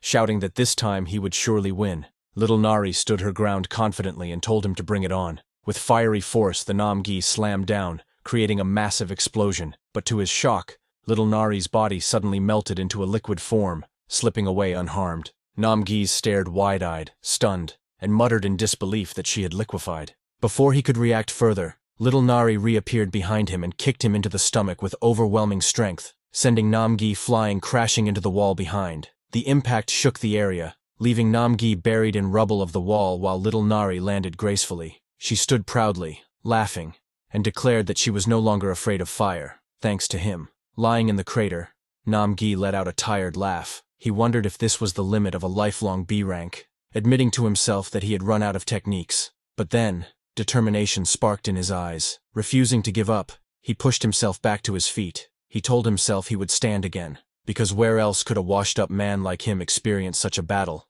Namgi, the man who didn't know how to quit, rose once more.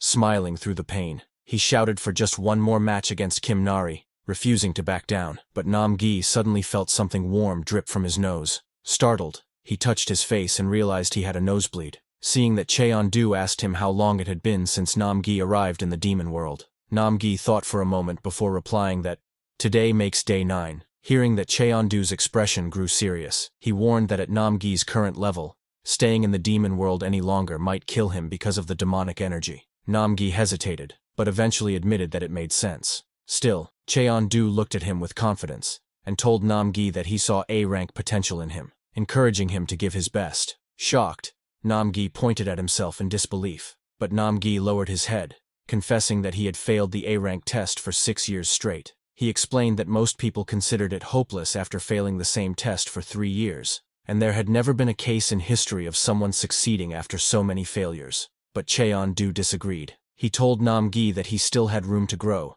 and that his mana hole wasn't fully developed yet. With a firm voice, he told him not to give up. Hearing those words, Namgi's eyes welled up with tears. Overwhelmed, Cheon-du gave him one last piece of advice, telling him to cleanse the demonic energy properly once he returned. Nam bowed deeply, his heart burning with determination. He shouted his thanks, vowing to give it his all. As Nam's voice echoed, Cheon-du thought to himself that he will make Namgi into an A-rank. An A-rank laborer, that is. Then few minutes later, Namgi, carrying supplies, asked if there was anything else they needed. He mentioned that they were out of ramen. At the sound of the word, the little Nari's eyes lit up, and she jumped happily. Cheon-du nodded calmly, saying that was enough for now. Namgi with the backpack agreed, and said he would go grab some. Before leaving, little Nari wished Namgi safety, while he shouted back that he would definitely win next time. Suddenly, he asked the Cheon-du if he had seen his wig. Cheon-du shook his head, and replied that he hadn't. With a nervous laugh, Namgi decided to head back anyway, still wondering where it had gone.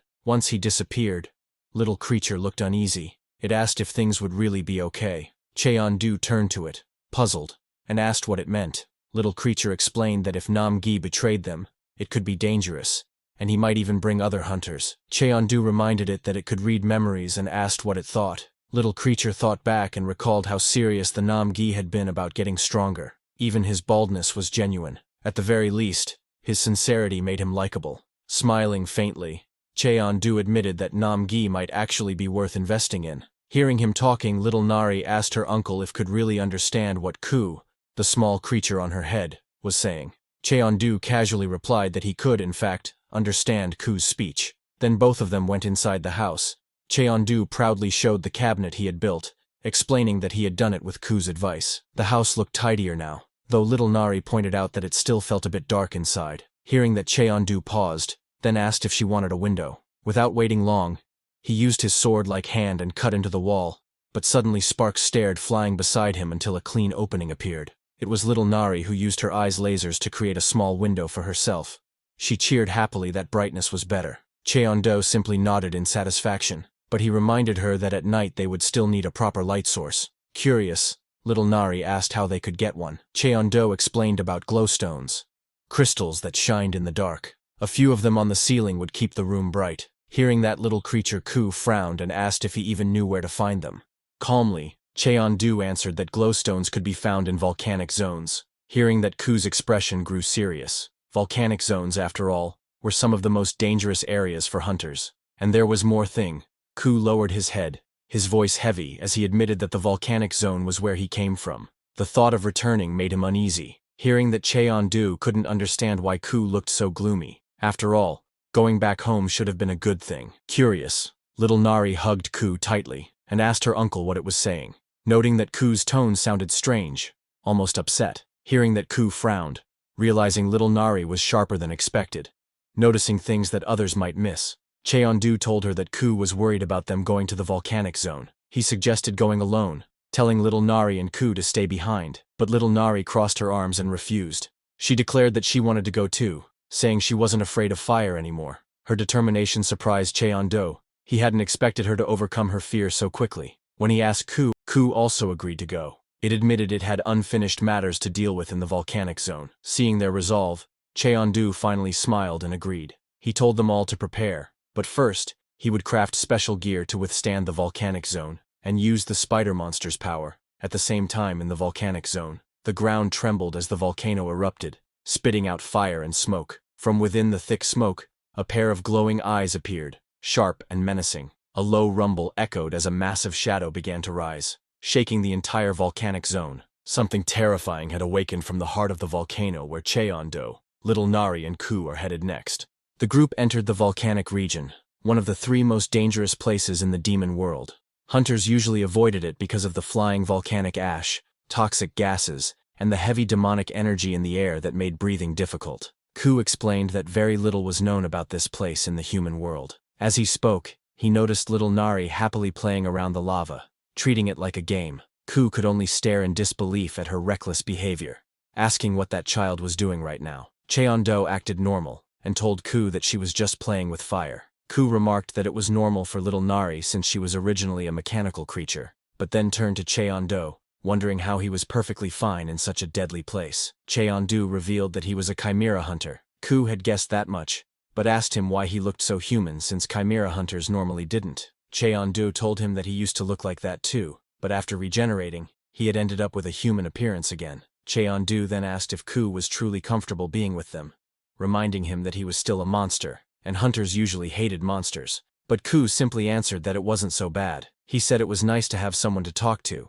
and Cheon-do didn't seem like bad people. Hearing that, Cheon-do gave a small smile, saying that's a relief. Then little Nari returned to them. Her small feet stepped on the hot surface, but she didn't seem bothered because of the custom-made shoes that Cheon-do made for her. Little Nari called out, asking if Cheon-do was speaking with Gu again, and eagerly said she wanted to talk with Gu too. Cheon-do reminded her that earlier she had asked about his identity, hinting he was about to explain. Excitedly, little Nari declared that since Cheon-do was a native of the demon world, she was one too. But Ku quickly corrected her, grumbling that he was the true native here, calling her a cheeky kid. They pressed on, heading deeper into the volcanic region. Ku explained that the luminous stones they were searching for would likely be near the lava's eruption point. That meant they had to reach the crater. As they climbed higher, little Nari's eyes widened when she saw the great summit. Overjoyed, she rushed forward and shouted that they had reached the top, raising her arms in triumph. Ku perched on her head while Cheon-do calmly followed behind. From the summit,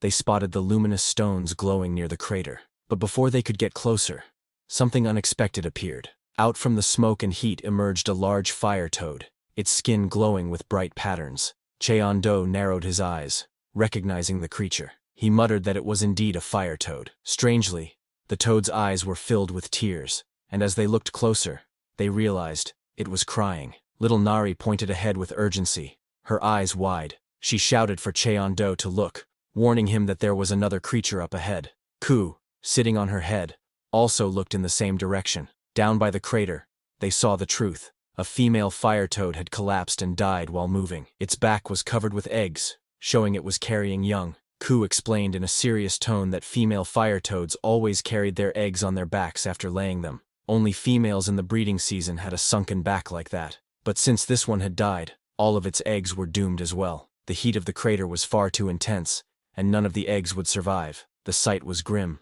Little Nari's voice softened with pity. She said the poor fire toad must be sad because its partner had died. Cheon-do, however, remained quiet, his expression unreadable as he watched the scene unfold. Suddenly, Cheon-do told little Nari to stay behind and wait. Pressing his foot firmly on the ground, he launched himself forward with great speed. Startled, little Nari called after him, asking where he was going. She watched as he leapt down the rocky slope, heading straight toward the giant fire toad. Cheon-do landed powerfully in front of the creature, his body steady despite the heat and smoke around him. Ku panicked, shouting for him to come back quickly. He warned that the fire toad was extremely sensitive at that moment, and that getting too close was dangerous. But Cheon-do ignored the warnings, his expression calm and focused. The fire toad glared at him, its throat glowing before it unleashed a burst of scorching flames. The air shook as the fiery breath erupted toward him. Little Nari cried out in fear, calling his name. Yet instead of retreating, Cheon-do charged straight through the fire. His figure, which had a sharp spike coming out,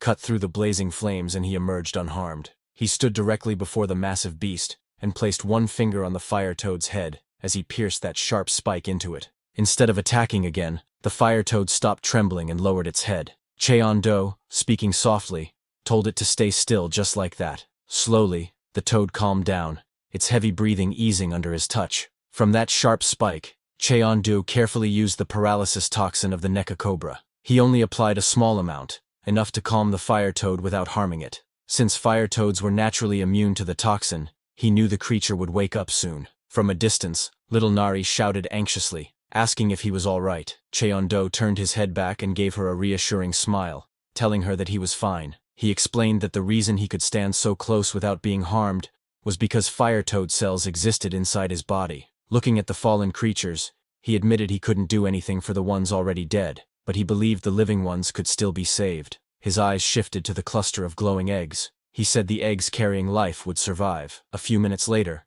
the fire toad opened its eyes. By then, Cheon-do had secured the fire toad eggs tightly with bindings on the male fire toad, saying it should be fine until it regained its strength. The toad let out a low sound, as if speaking, but suddenly, Cheon-do saw something surprising. He saw the male fire toad rubbing his head against the female fire toad. Seeing that, Cheon-do paused, wondering if the creature was saying its final goodbye to its fallen companion. Then the fire toad scraped against the ground, and in an instant, it leapt powerfully into the air. Little Nari could only watch in shock as the bound creature soared upward. She gasped, her voice breaking out in surprise, unable to believe what she was seeing. The toad landed with a heavy crash, shaking the ground beneath. Slowly, its massive eye turned, glowing faintly as it looked straight at her. For a moment, it felt as though the beast was trying to convey something. Little Nari's wide golden eyes reflected her astonishment as she stared back. Then, with another powerful jump, the fire toad launched itself into the distance.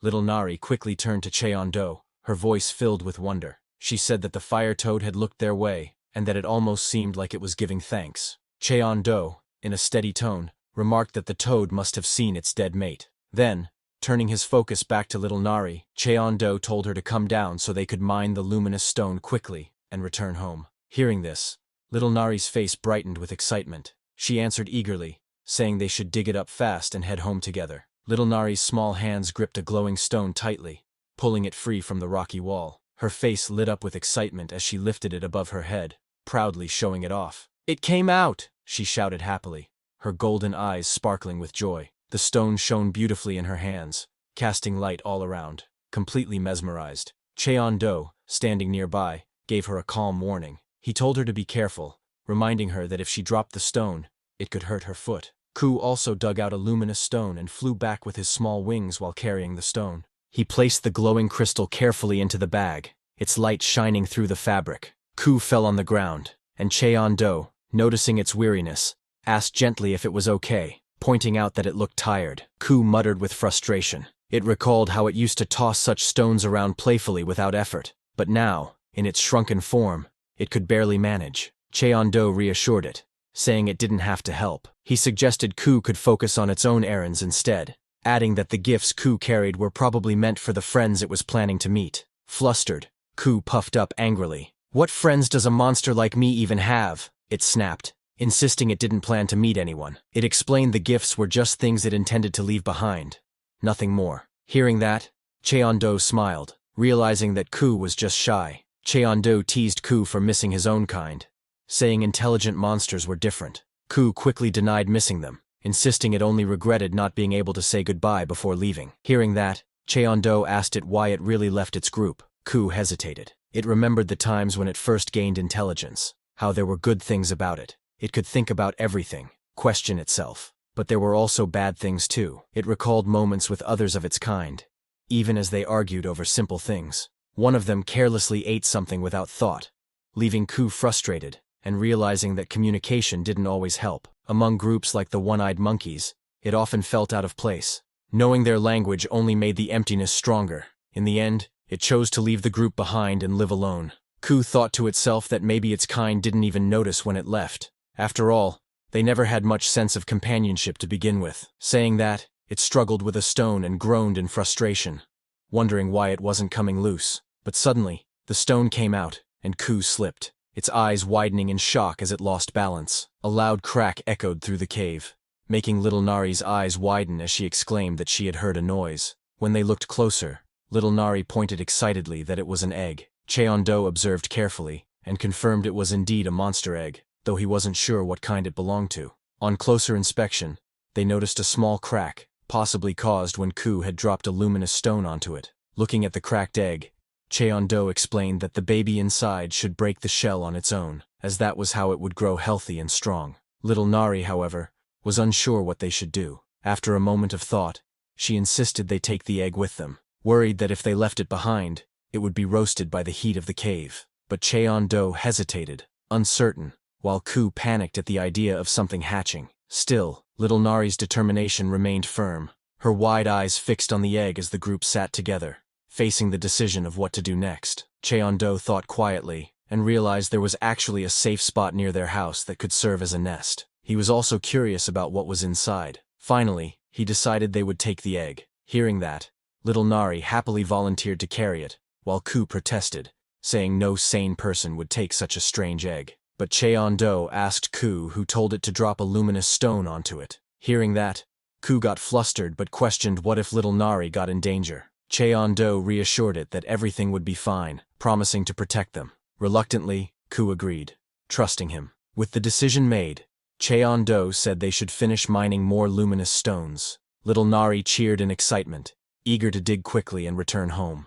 After some time, the group finally returned home from their journey. Little Nari proudly announced their arrival while holding the mysterious egg tightly in her arms, excitement shining in her eyes. Ku rested on her head, looking wary but following along. As they approached the camp, Nam-gi called out, asking where they had been. Cheon-do was surprised to see that he had returned so quickly. Stepping forward, Nam-gi offered to carry the luggage, but looking at him, Cheon-do felt something was wrong. As Cheon-do gave him the bag, he warned Nam-gi that it was heavy. Trying to act strong, Nam-gi laughed and insisted he could handle it. However, as soon as he grabbed it, the bag fell to the ground. The weight was overwhelming, and Nam-gi struggled under the burden, nearly collapsing. Shocked, he asked what could possibly be inside that made it so heavy. At that moment, Cheon-do saw his face. He asked Nam-gi to raise his head. Nam-gi's face was covered in scratches and bruises.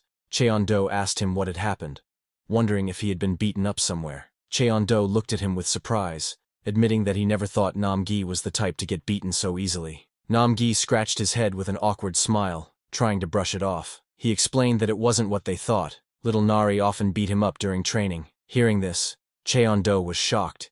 He couldn't believe Nam-gi said it so proudly. Before the conversation could continue, Nam-gi quickly changed the subject, running off in a panic and saying he would serve food right away. Cheon-do stood silently, arms crossed, watching him with an unreadable expression. Then Cheon-do sat at a small wooden table, carefully cutting and shaping a glowing stone with his finger blade. Seeing that, little Nari, curious as always, came up to him and asked what he was making. Cheon-do calmly explained that he was crafting a lamp out of glowstones. Little Nari's golden eyes widened in excitement when she heard he planned to hang it from the ceiling, imagining how pretty it would look. She watched him work with admiration, telling him she thought he was really smart. To her, he seemed knowledgeable, and always explained things so well. Remembering the toad incident, she also felt that he wasn't just smart, he was kind-hearted too, much like her father. With a bright smile, she said that Cheon-do reminded her of her dad. Hearing that, Cheon-do teasingly asked her if her father was doing well back in the coconut tribe.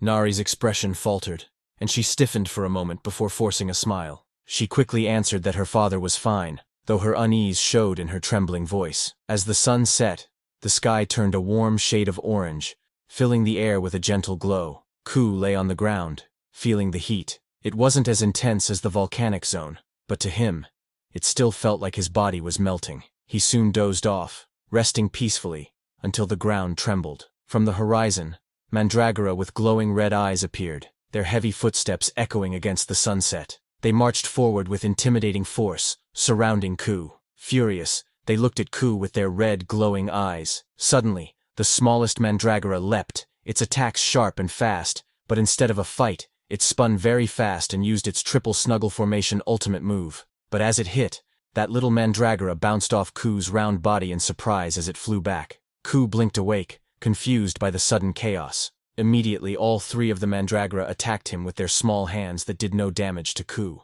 Ku was surprised. "What's this? What's gotten into you guys?" he muttered, staring at the little Mandragora hopping around and making noise. From a distance, little Nari shouted, demanding to know why everyone was fighting. Cheon-do calmly explained that it looked like the Mandragora were angry because Ku had wandered into their territory. Just then, Nam-gi proudly revealed the dish he had prepared, saying the wait was finally over. He explained that it was sweet, sour, and addictive, something children especially loved. On the plate was yubuchobap, fried tofu pockets stuffed with rice. The food looked delicious, and came with its own description. Nam Ki-seok's heartfelt tofu pockets, praised for their taste and balance of nutrition. Nam-gi was proud and smiled as he noted that tofu pockets were simple to make but always looked impressive. At the table, everyone gathered around, their plates filled with the golden brown snacks. Little Nari was amazed, praising Nam-gi for his cooking, but Ku, not satisfied, said it looked decent enough. Nam-gi laughed cheerfully, telling everyone to dig in and enjoy the meal. But before they could continue,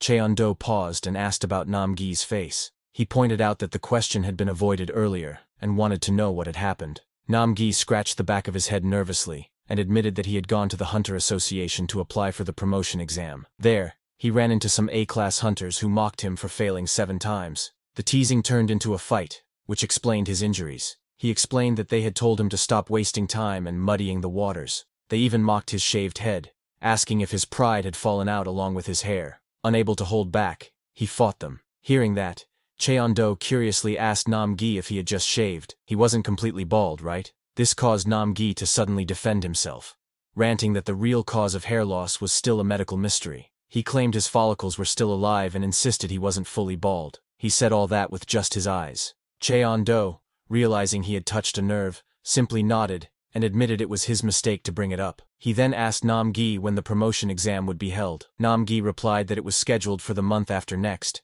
in 60 days. Hearing this, Cheon-do suggested it was time for special training. Hearing that, Nam-gi grew excited and quickly agreed, saying he would do anything that was asked of him. But instead of intense combat training, Cheon-do told him to take over dish duty from little Nari, who looked exhausted and muttered that the food hadn't been enough. Shocked, Nam-gi shouted in disbelief about having to wash dishes.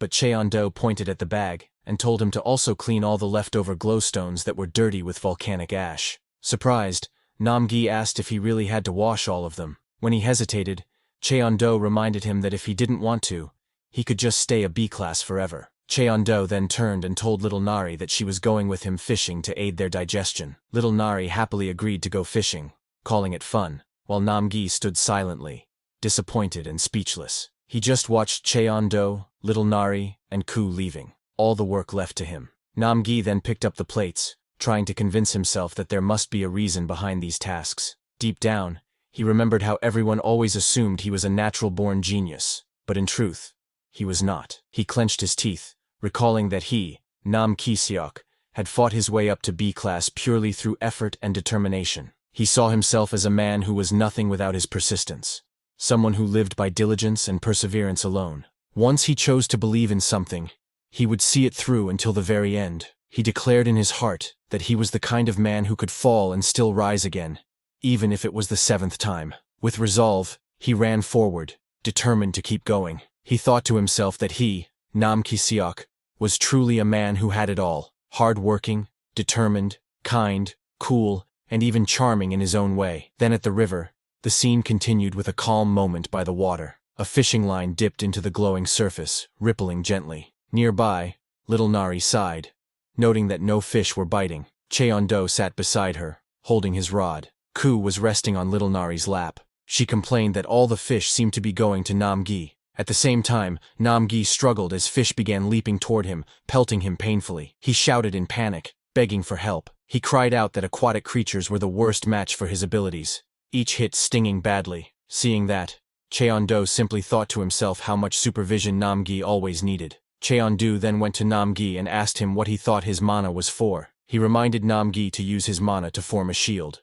Embarrassed, Nam-gi admitted that he had practiced during training, but it wasn't going well. Hearing this, Cheon-do reached into the bag of glowstones and pulled one out. He handed it to Nam-gi, instructing him to hold it. Confused, Nam-gi hesitated but obeyed, wondering why Cheon-do had given him a glowstone all of a sudden. But as soon as Nam-gi gripped it, a dark aura surged out of the glowstone, and it fell from Nam-gi's hand onto the ground. Shocked, Nam-gi realized the stone contained demonic energy, which drained his strength and left his arm powerless. Cheon-do explained to him that some glowstones indeed held condensed demonic energy. This revelation startled Nam-gi, but it was clear that this test was part of the training. Cheon-do then gave an explanation about power. He told Nam-gi that the demonic energy from the demon realm was raw and unrefined, something that couldn't be used properly on its own. To control it, one had to use refined mana to push it out first. Cheon-do placed one finger on Nam-gi's chest and told him that he already had plenty of mana inside his body,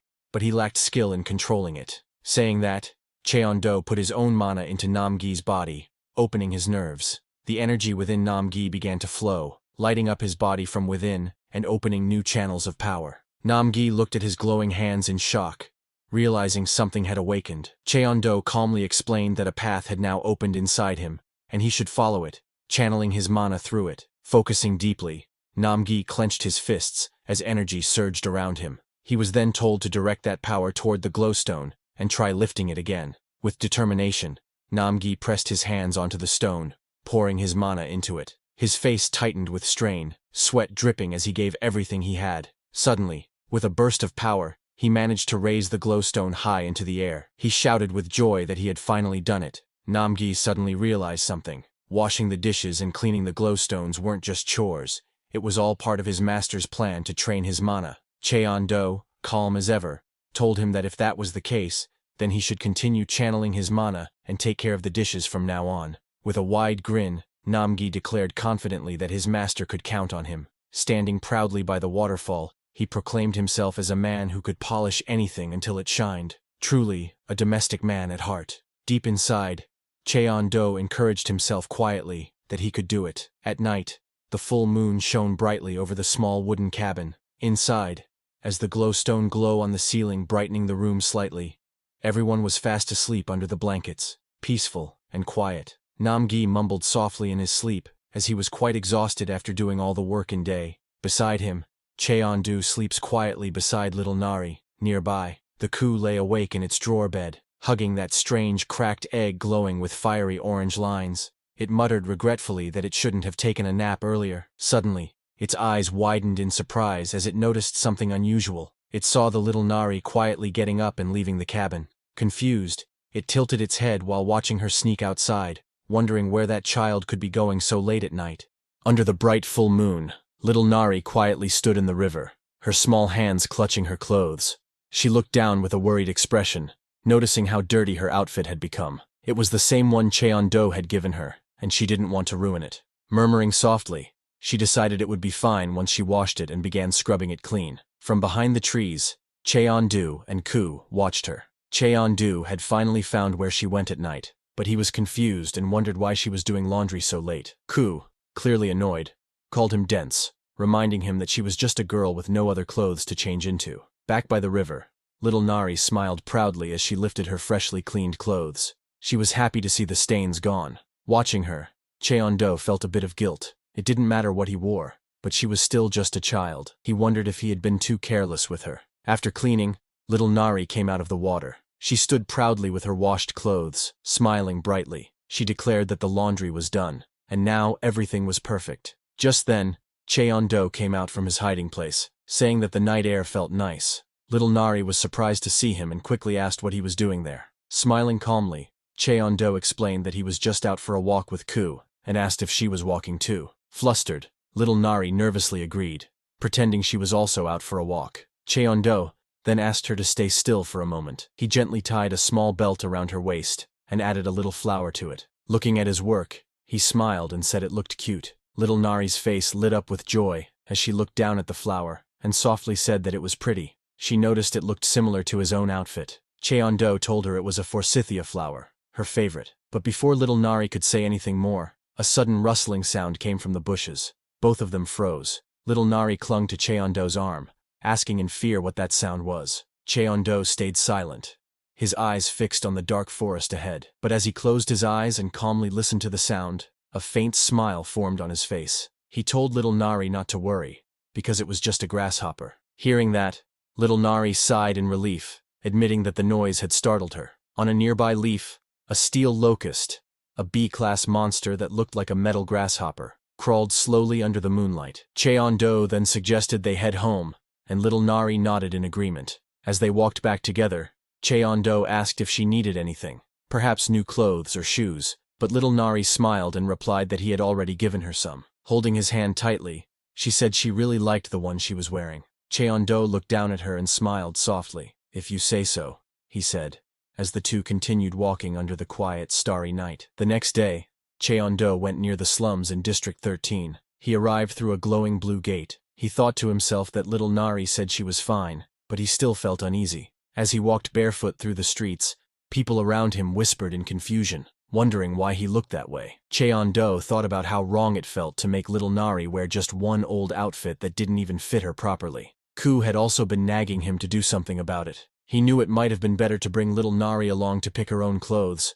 but the human world could still be too much for her because of her past trauma. Besides, she still had a tracking device attached to her body. Cheon-do chuckled to himself, finding it funny that he used a gatestone just to come back to the slums for children's clothes. Looking around, he muttered that there should be a clothing store somewhere nearby. Suddenly a boy grabbed his sleeve and asked if he was looking for a clothing store. Before Cheon-do could reply, the boy grinned and said he could guide him there for a fee of 10,000 won. Looking at Cheon-do, who clearly didn't look local, the boy proudly told him that he knew a cheap and good place. Hearing that, Cheon-do told the boy that he didn't have any small bills at the moment, but would pay once he got change. Hearing that, the boy glanced at him suspiciously, thinking it was strange for a hunter to not even have 10,000 won. He sighed, assuming Cheon-do must be a rookie who went to the demon realm and got completely scammed. He asked if Cheon-do actually had money to buy clothes. Without waiting for a reply, he waved his hand casually and told him to follow. Cheon-do nodded and walked beside him. The boy added that he usually took payment up front,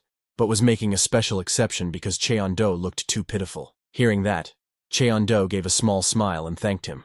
As they walked, the boy introduced himself as Oh Bong-soo, and Cheon-do replied with his name. Bong-soo grinned and said he'd just call him Hyung. Seeing police patrols nearby, Cheon-do thought to himself that the slums seemed much safer than before. Bong-soo glanced at Cheon-do curiously and asked if he hadn't been awakened for long. Surprised, Cheon-do asked if it was that obvious. Bong-soo stretched his arms and said that he could tell. Cheon-do came out of a gate with no equipment, which meant he probably spent all his money on gear only to have it stolen by thugs. Bong-soo told him not to get too discouraged since that sort of thing happened to everyone in the beginning. Cheon-do chuckled and commented that Bong-soo seemed to know a lot for someone so young. Offended, Bong-soo shouted that he wasn't a kid. He was just short because he hadn't eaten enough growing up. He proudly declared that he was 17. But suddenly, Cheon-do paused and stared to his side. He was looking at some thugs. When Bong-soo saw Cheon-do looking at them, he told him that even though the whole place was part of the slums, it would be better to avoid District 13 if possible. He explained that the district had become infamous for being dangerous. He went on to say that the Space Gang,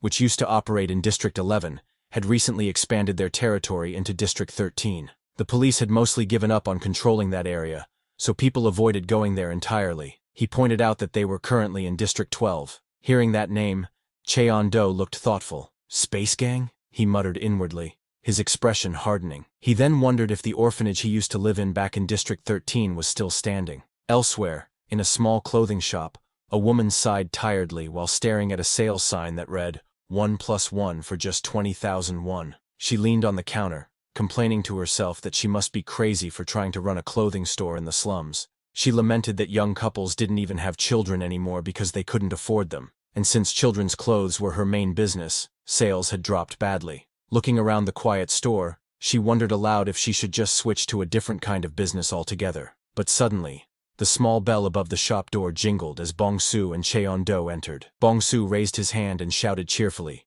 calling out to the shop owner, "Boss Park Ajuma, I'm here." The blonde woman immediately snapped at him, her face filled with annoyance. She yelled that it was Nuna, not Ajuma, and reminded him she wasn't even married yet. While she shouted, Cheon-do looked around quietly, thinking to himself that it was his first time coming to a clothing store to actually buy clothes. Bong-soo pointed at Cheon-do and told the woman that this man, a hunter, needed some clothes. Hearing that, the blonde woman's expression darkened as she called Bong-soo over in a sharp tone. Nervously, he asked why, but before he could react, she grabbed him by the collar, shouting if he planned to keep bringing broke hunters to her store. She scolded him for not realizing how much debt she was already owed from unpaid tabs. Struggling, Bong-soo mumbled that he had no way of knowing whether Cheon-do had money or not. The woman pointed furiously toward Cheon-do, asking if he looked like someone with money. Meanwhile, Cheon-do calmly examined the store racks, wondering if he had accidentally walked into the children's section.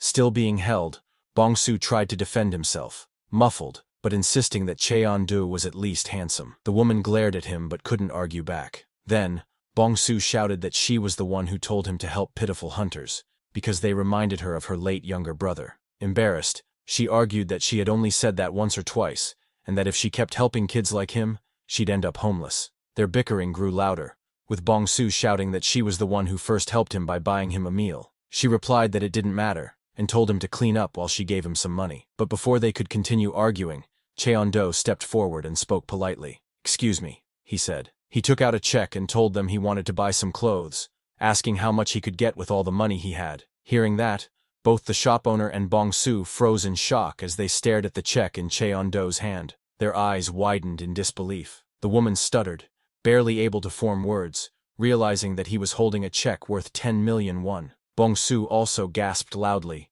repeating the amount in shock. They both thought to themselves how unbelievable it was. Cheon-do had said, "This is all I have," while casually handing over such a huge amount. After a brief pause, the woman quickly clapped her hands together with a forced smile, her tone suddenly cheerful and polite. With a bright sparkle in her eyes, she introduced her store with enthusiasm, welcoming him warmly to Happy Kung World, the place where one could meet a new you every day. The scene changed as Bong-su hurriedly pulled out a chair for Cheon-do, and the woman began speaking in an overly friendly tone, offering him food and drinks. Cheon-do sat down quietly, a bit confused by the sudden hospitality. The woman eagerly explained that her store had everything, from adult clothes to children's clothes, and asked whether he was shopping for himself. Cheon-do calmly replied that he wanted clothes for a preschool-aged girl and something for himself as well. Her expression softened instantly, and she called it sweet, saying he had come to the perfect place since children's wear was her specialty. She excitedly suggested starting with the latest spring and summer collection.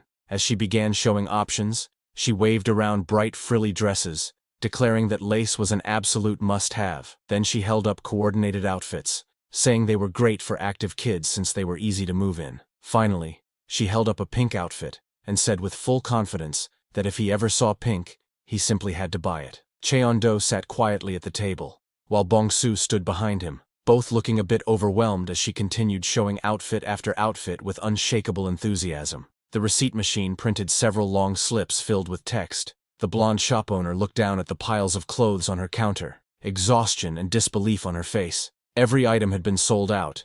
She sighed, thinking she could have sold even more if there hadn't been a stock shortage. She looked up at Cheon-do standing before her, and told him that he had bought over 100 items, asking if he wanted them delivered. Cheon-do calmly replied that he would carry them himself. Before leaving, he handed a small package and some money to Bong-su, saying it was for him. Bong-su froze in surprise, unable to respond right away. Cheon-do told Bong-su he had one more favor to ask. As they walked down the street, Cheon-do carried his bag of clothes with a light smile, remarking that buying new clothes felt pretty good. Bong-su followed beside him quietly. Eventually, they arrived at a small inn. Bong-su explained that it was a clean and decent place, close to a police station, and run by a kind owner. Cheon-do nodded and said he would check it out. He told Bong-su to wait outside for a moment before heading in with his bag. Bong-su, a bit nervous, nodded and said softly that he would wait. Bong-su stood outside the inn, frowning slightly. Something didn't feel right to him. He thought that no matter how rich that man was,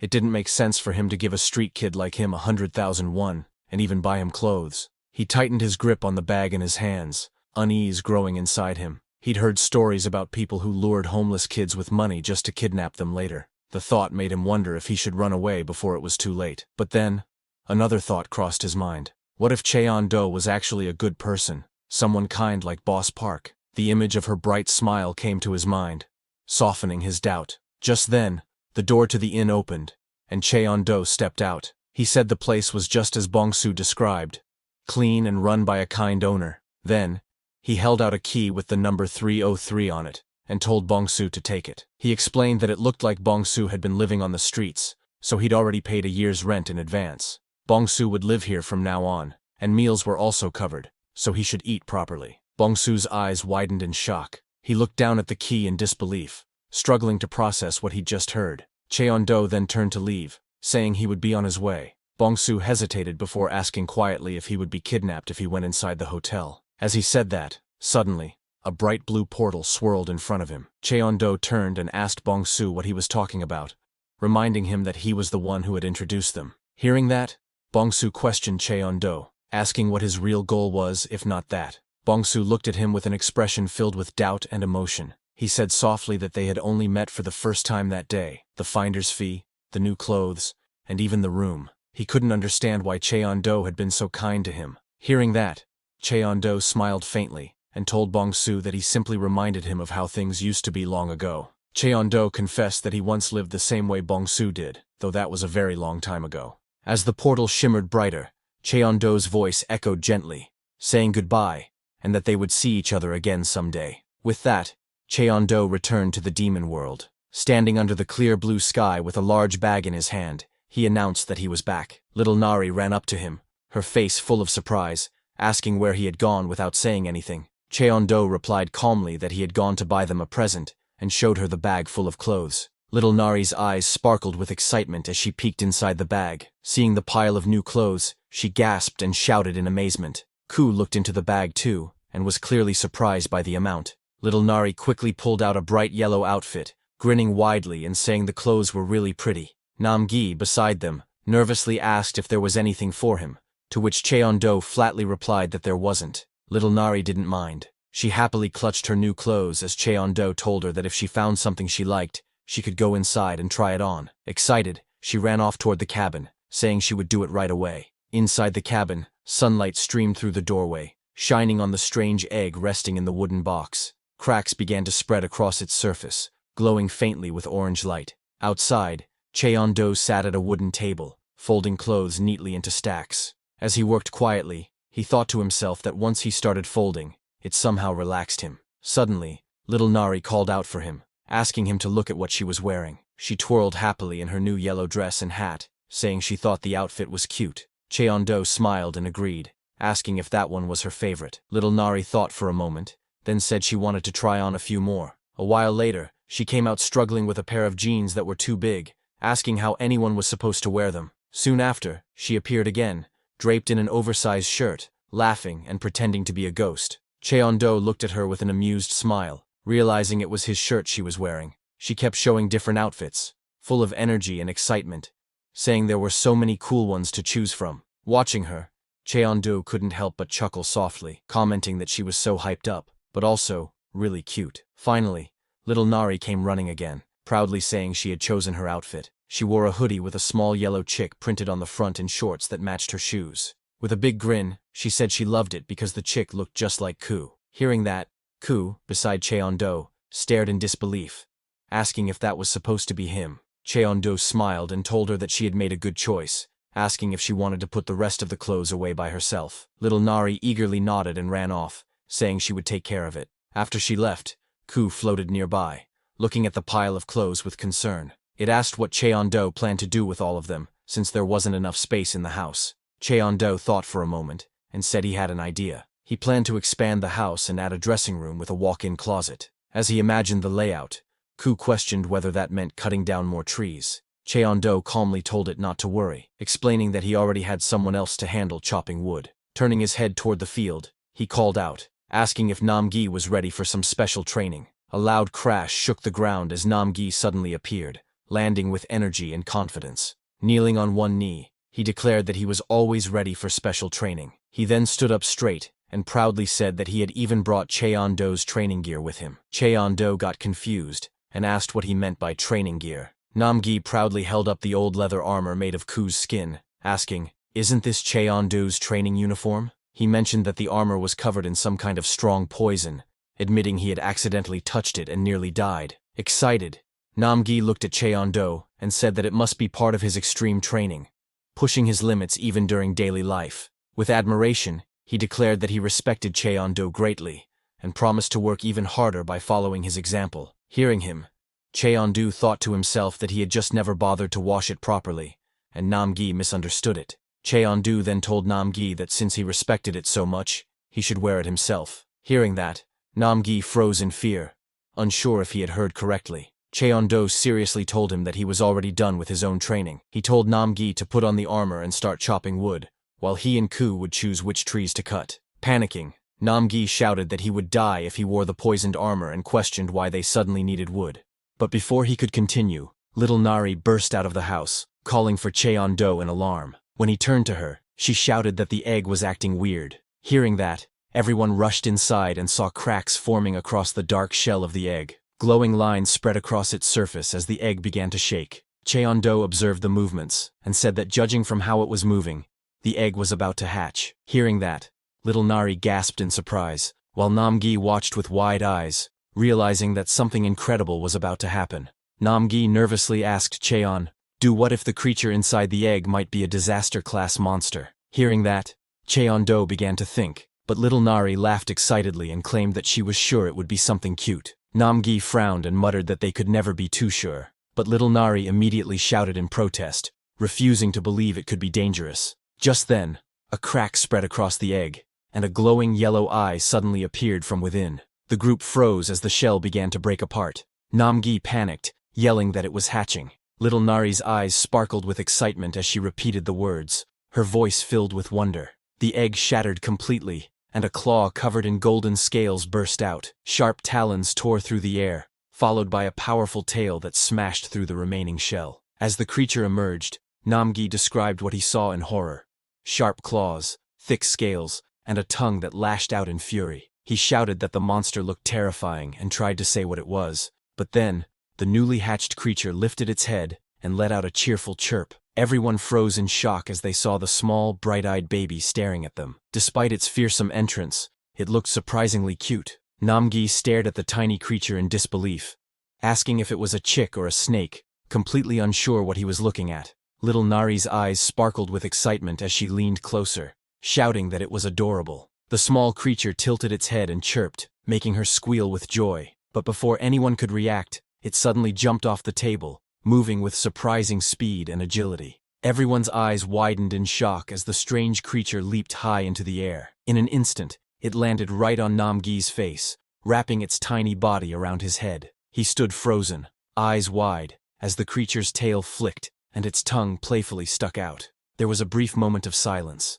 Then Namgi's terrified scream echoed through the entire house. Sometime later, as Cheon-do constructed, Namgi carried a heavy log on his shoulder, while wearing his leather armor. Ku sat on his head, urging him to hurry, saying they had a mountain of work to do. Namgi frowned, feeling slightly annoyed, wondering why the little monster sounded like it was scolding him. Not just that, there was poison on his clothes, making him struggle even more. He clenched his teeth, gasping for air and struggling to breathe under the poison's effect. He shouted in frustration, questioning how Cheon-do could have ever worn such a poisonous outfit before. Meanwhile, under the clear blue sky, Cheon-do stretched his arms after folding a pile of clothes, satisfied and relaxed. He smiled and said that it felt good to fold clothes again. Just then, little Nari called out to him, pointing excitedly. She shouted that the little creature was eating the bread. Holding the small snake-like being in her hands, she smiled brightly and said that it was obedient and gentle. Cheon-do nodded, explaining that it probably recognized her as the one who had saved it. Little Nari then asked what they should name it. After a short pause,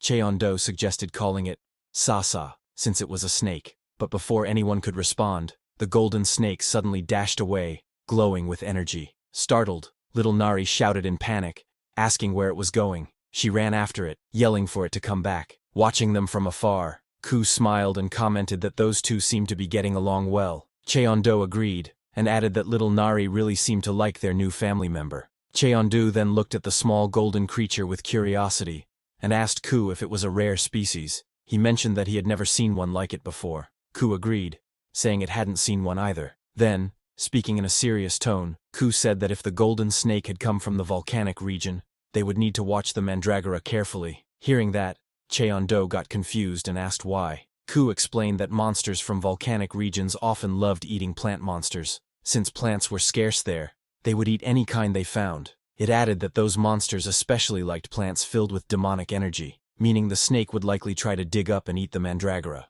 Just as Ku said that, the golden creature charged at the mandragora. As it looked at the mandragora with its red glowing eyes, Ku warned them that this snake might be the mandragora's natural enemy. The ground shook as the snake and the mandragora faced each other. Cheon-do's group stood back in shock, watching the sudden tension rise. Namgi shouted in confusion, asking what was going on. Cheon-do stayed calm, and replied that it looked like Ku's prediction had been right all along. Little Nari clenched her fists, and shouted that she would stop them from fighting. But Cheon-do crossed his arms and replied calmly, saying it would be nice if they didn't fight. But this was the demon realm, and battles were normal here. He explained that sometimes creatures needed to establish their pecking order, and since they were still young, it wouldn't be too dangerous. He suggested they just watch. As the dust swirled, the mandragoras and the golden snake faced off. The snake's eyes glowed fiercely as it targeted the smallest mandragora. It lunged forward, its sharp claws ready to strike. But before it could hit, the largest mandragora stepped in front and blocked the attack with a wooden stick. Cheon-do, watching, exclaimed in surprise, realizing that the mandragoras had formed a triangle formation, defending first, then preparing to counterattack. The battle between the golden snake and the mandragoras grew intense. After the first mandragora blocked the attack, the second one quickly counterattacked, moving with surprising speed and force. The snake twisted its body, blocking the strike with its tail. Little Nari, watching, gasped, realizing that the snake seemed to be smiling confidently. But Ku beside her warned not to let their guard down yet. Then, the smallest mandragora suddenly leapt forward from behind, attacking with determination. The ground shook as it struck, and a flash of light filled the air. When the dust cleared, the snake was left stunned. The mandragoras stood in formation, their teamwork perfect. Tears welled up in the snake's eyes as it began to cry softly. The group watching was surprised. Namgi asked in disbelief if it was actually crying, while little Nari guessed that it must be shocked since it was its first time being hit. As the snake cried out loudly and ran off, little Nari followed it to calm it down. Watching the scene, Cheon-do crossed his arms and declared that the mandragoras had won this round. Seeing that, Namgi stood speechless, his eyes wide in amazement. He admitted that the battle he had just witnessed was truly epic. Ku nodded in agreement, saying that it had been a pretty good fight. Cheon-do then asked them to head back. Hearing that, Ku called out to Namgi, telling him to get up quickly. Startled, Namgi muttered in disbelief, wondering if they were even human. Meanwhile, the scene shifted to the ocean, where the calm waves sparkled under the clear blue sky. Suddenly, a powerful gust cut through the air as a giant winged creature burst out and soared into the sky. It had the body of a warrior but the head and wings of a bird, its feathers glistening with drops of water and blue light. The creature rose higher, spreading its wings wide under the blazing sun. The next day, the sky was clear and bright. Their wooden house made of logs was being built. Namgi was carrying a large log while sweating heavily. The guy sitting on his head shouted for him to go faster and work more. Nearby, little Nari happily spread green paste on the logs. She said that applying a lot of it was fun. The small yellow snake beside her helped. Inside the house, Chinidole placed the new clothes he bought into the new cabinet they had made. Then sometime later, Namgi threw Chinidole's rolled-up fur outfit on the ground. He collapsed to his knees and shouted loudly that it finally ended. His eyes welled up as he thought about how he had not slept for 2 whole days. It felt like a terrible time. He wished for proper rest breaks. Even so, he looked at the wooden house he finished and said he made it exactly as he was told. But seeing the evil aura the house was releasing, he looked at it quietly and wondered if he did it right. Chen-du, who was standing behind him in a light shirt, looked at the house and smiled. He told Namgi that he built it better than he expected. Hearing that, Namgi was surprised. He wondered if it was really better than expected. Suddenly, little Nari appeared and stood near Namgi. She sniffed the air and said that the dressing room smelled like flowers. Hearing her, Namgi got confused and asked if it really smelled like flowers. But when he stopped for a moment, sat on the grass, closed his eyes, and relaxed, he also smelled flowers. He thought that the scent was calming, like lavender. Little Nari then asked why the place smelled like flowers. Cheon-du explained that Gyudu had chosen a special type of wood that had a nice scent. Gyudu added that with this, their clothes would also smell nice. The small mandragon plants swayed happily. They seemed to enjoy the scent too. The small snake was lying on the floor. It also looked relaxed and happy. Seeing that, Cheon-du smiled and told the others it looked like Sasa liked it too. Hearing the name Sasa, Namgi got confused and asked if they had decided to name the little one Sasa. Little Nari told him Cheon-du had come up with it. Cheon-du said they could change the name if there was a better one. Hearing that, Namgi proudly suggested the name Snake Chick. Cheon-du stared at him silently, thinking that Namgi had no right to talk about naming sense. Then little Nari suggested the name Pikiaki. Hearing that, Cheon-du pointed out that it sounded too similar to Gu's name. Then Gu spoke seriously and suggested the name, The Magnificent Footprints in the Drawer. Hearing that, Cheon-du got confused. He then asked Guo if it said it also had a name and what it was. Immediately Guo said its real name was Rocky Mountain Hoof, saying the name expressed its identity. Hearing the name, Cheon-du realized that Guo was also hopeless. Finally, he suggested to just go with Sasa. They all agreed to name the snake Sasa, as Cheon-du and little Nari both said they liked the name. Akyu then asked Cheon-du what the next plan was. Now that the house extension was complete, Cheon-du was surprised by Gu's sudden question. He thought for a second and told them he had thought about something while visiting the human world. Looking at little Nari, Namgi, Gu, and Sasa, Cheon-du thought that before he had been alone, so he never needed to think about such things before. Then he closed his eyes and smiled softly, realizing that things were different now. He suggested building a strong fence around the house. He said that even if he left for a while, this would stop others from walking in easily. Namgi looked at the house releasing evil aura, and said he didn't think anyone would come here anyway. The house already looked dangerous and scary, but Shenbu explained they could not be sure. Looking at little Nari, he said a strong monster could appear, or hunters could come searching for something. Gusain then said that if they were going to build a fence, it should be made from a material filled with strong demonic energy and also be durable. He suggested going to the coastal area. He said he had heard that there were yellow crystals near the coast. It was harder than black stone. Kron imagined building the fence with that crystal and placing glowstones at the bottom.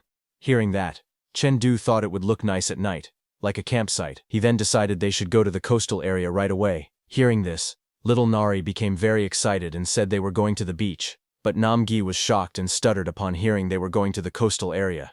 He shouted inside his head, asking if they even knew what kind of place the coastal area was. He began to panic and said that place was dangerous. But suddenly, blood dripped from his nose as he trembled. Seeing that, Namgi thought the timing was good. He quickly pretended to be ill and knelt down. He told Chengdu that he needed to go release his demonic energy. Chengdu agreed and told him to take care of the mandragoras if they returned late. But before they left, Namgie told Chengdu that even for him, the coastal area was dangerous and he must be careful. Chengdu asked him why. Namgie explained that the coastal area was almost off limits to anyone A-class or below. He said that 2 disaster-grade monsters ruled that whole region. Chilon was surprised to hear that.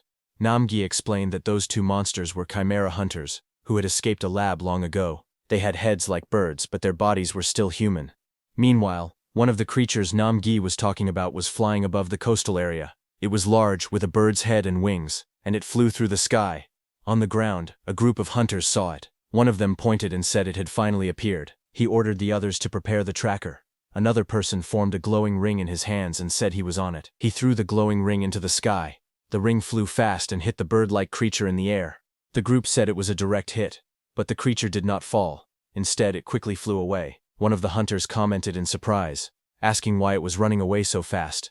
Another person said that people had called it a disaster-grade monster, but maybe that was just a rumor. A young guy asked if they should chase it now, but a man with a black beard said no, because there were 2 of those creatures. He said they should wait until the creatures returned to their shelter.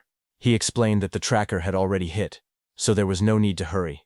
With curiosity, the younger guy asked that after 60 years, the creatures should have died by now or fully turned into monsters.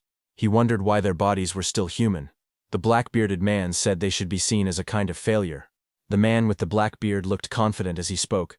He said that no matter what others thought, creating chimera hunters was humanity's greatest success. He said they should not allow a failure to stain that achievement.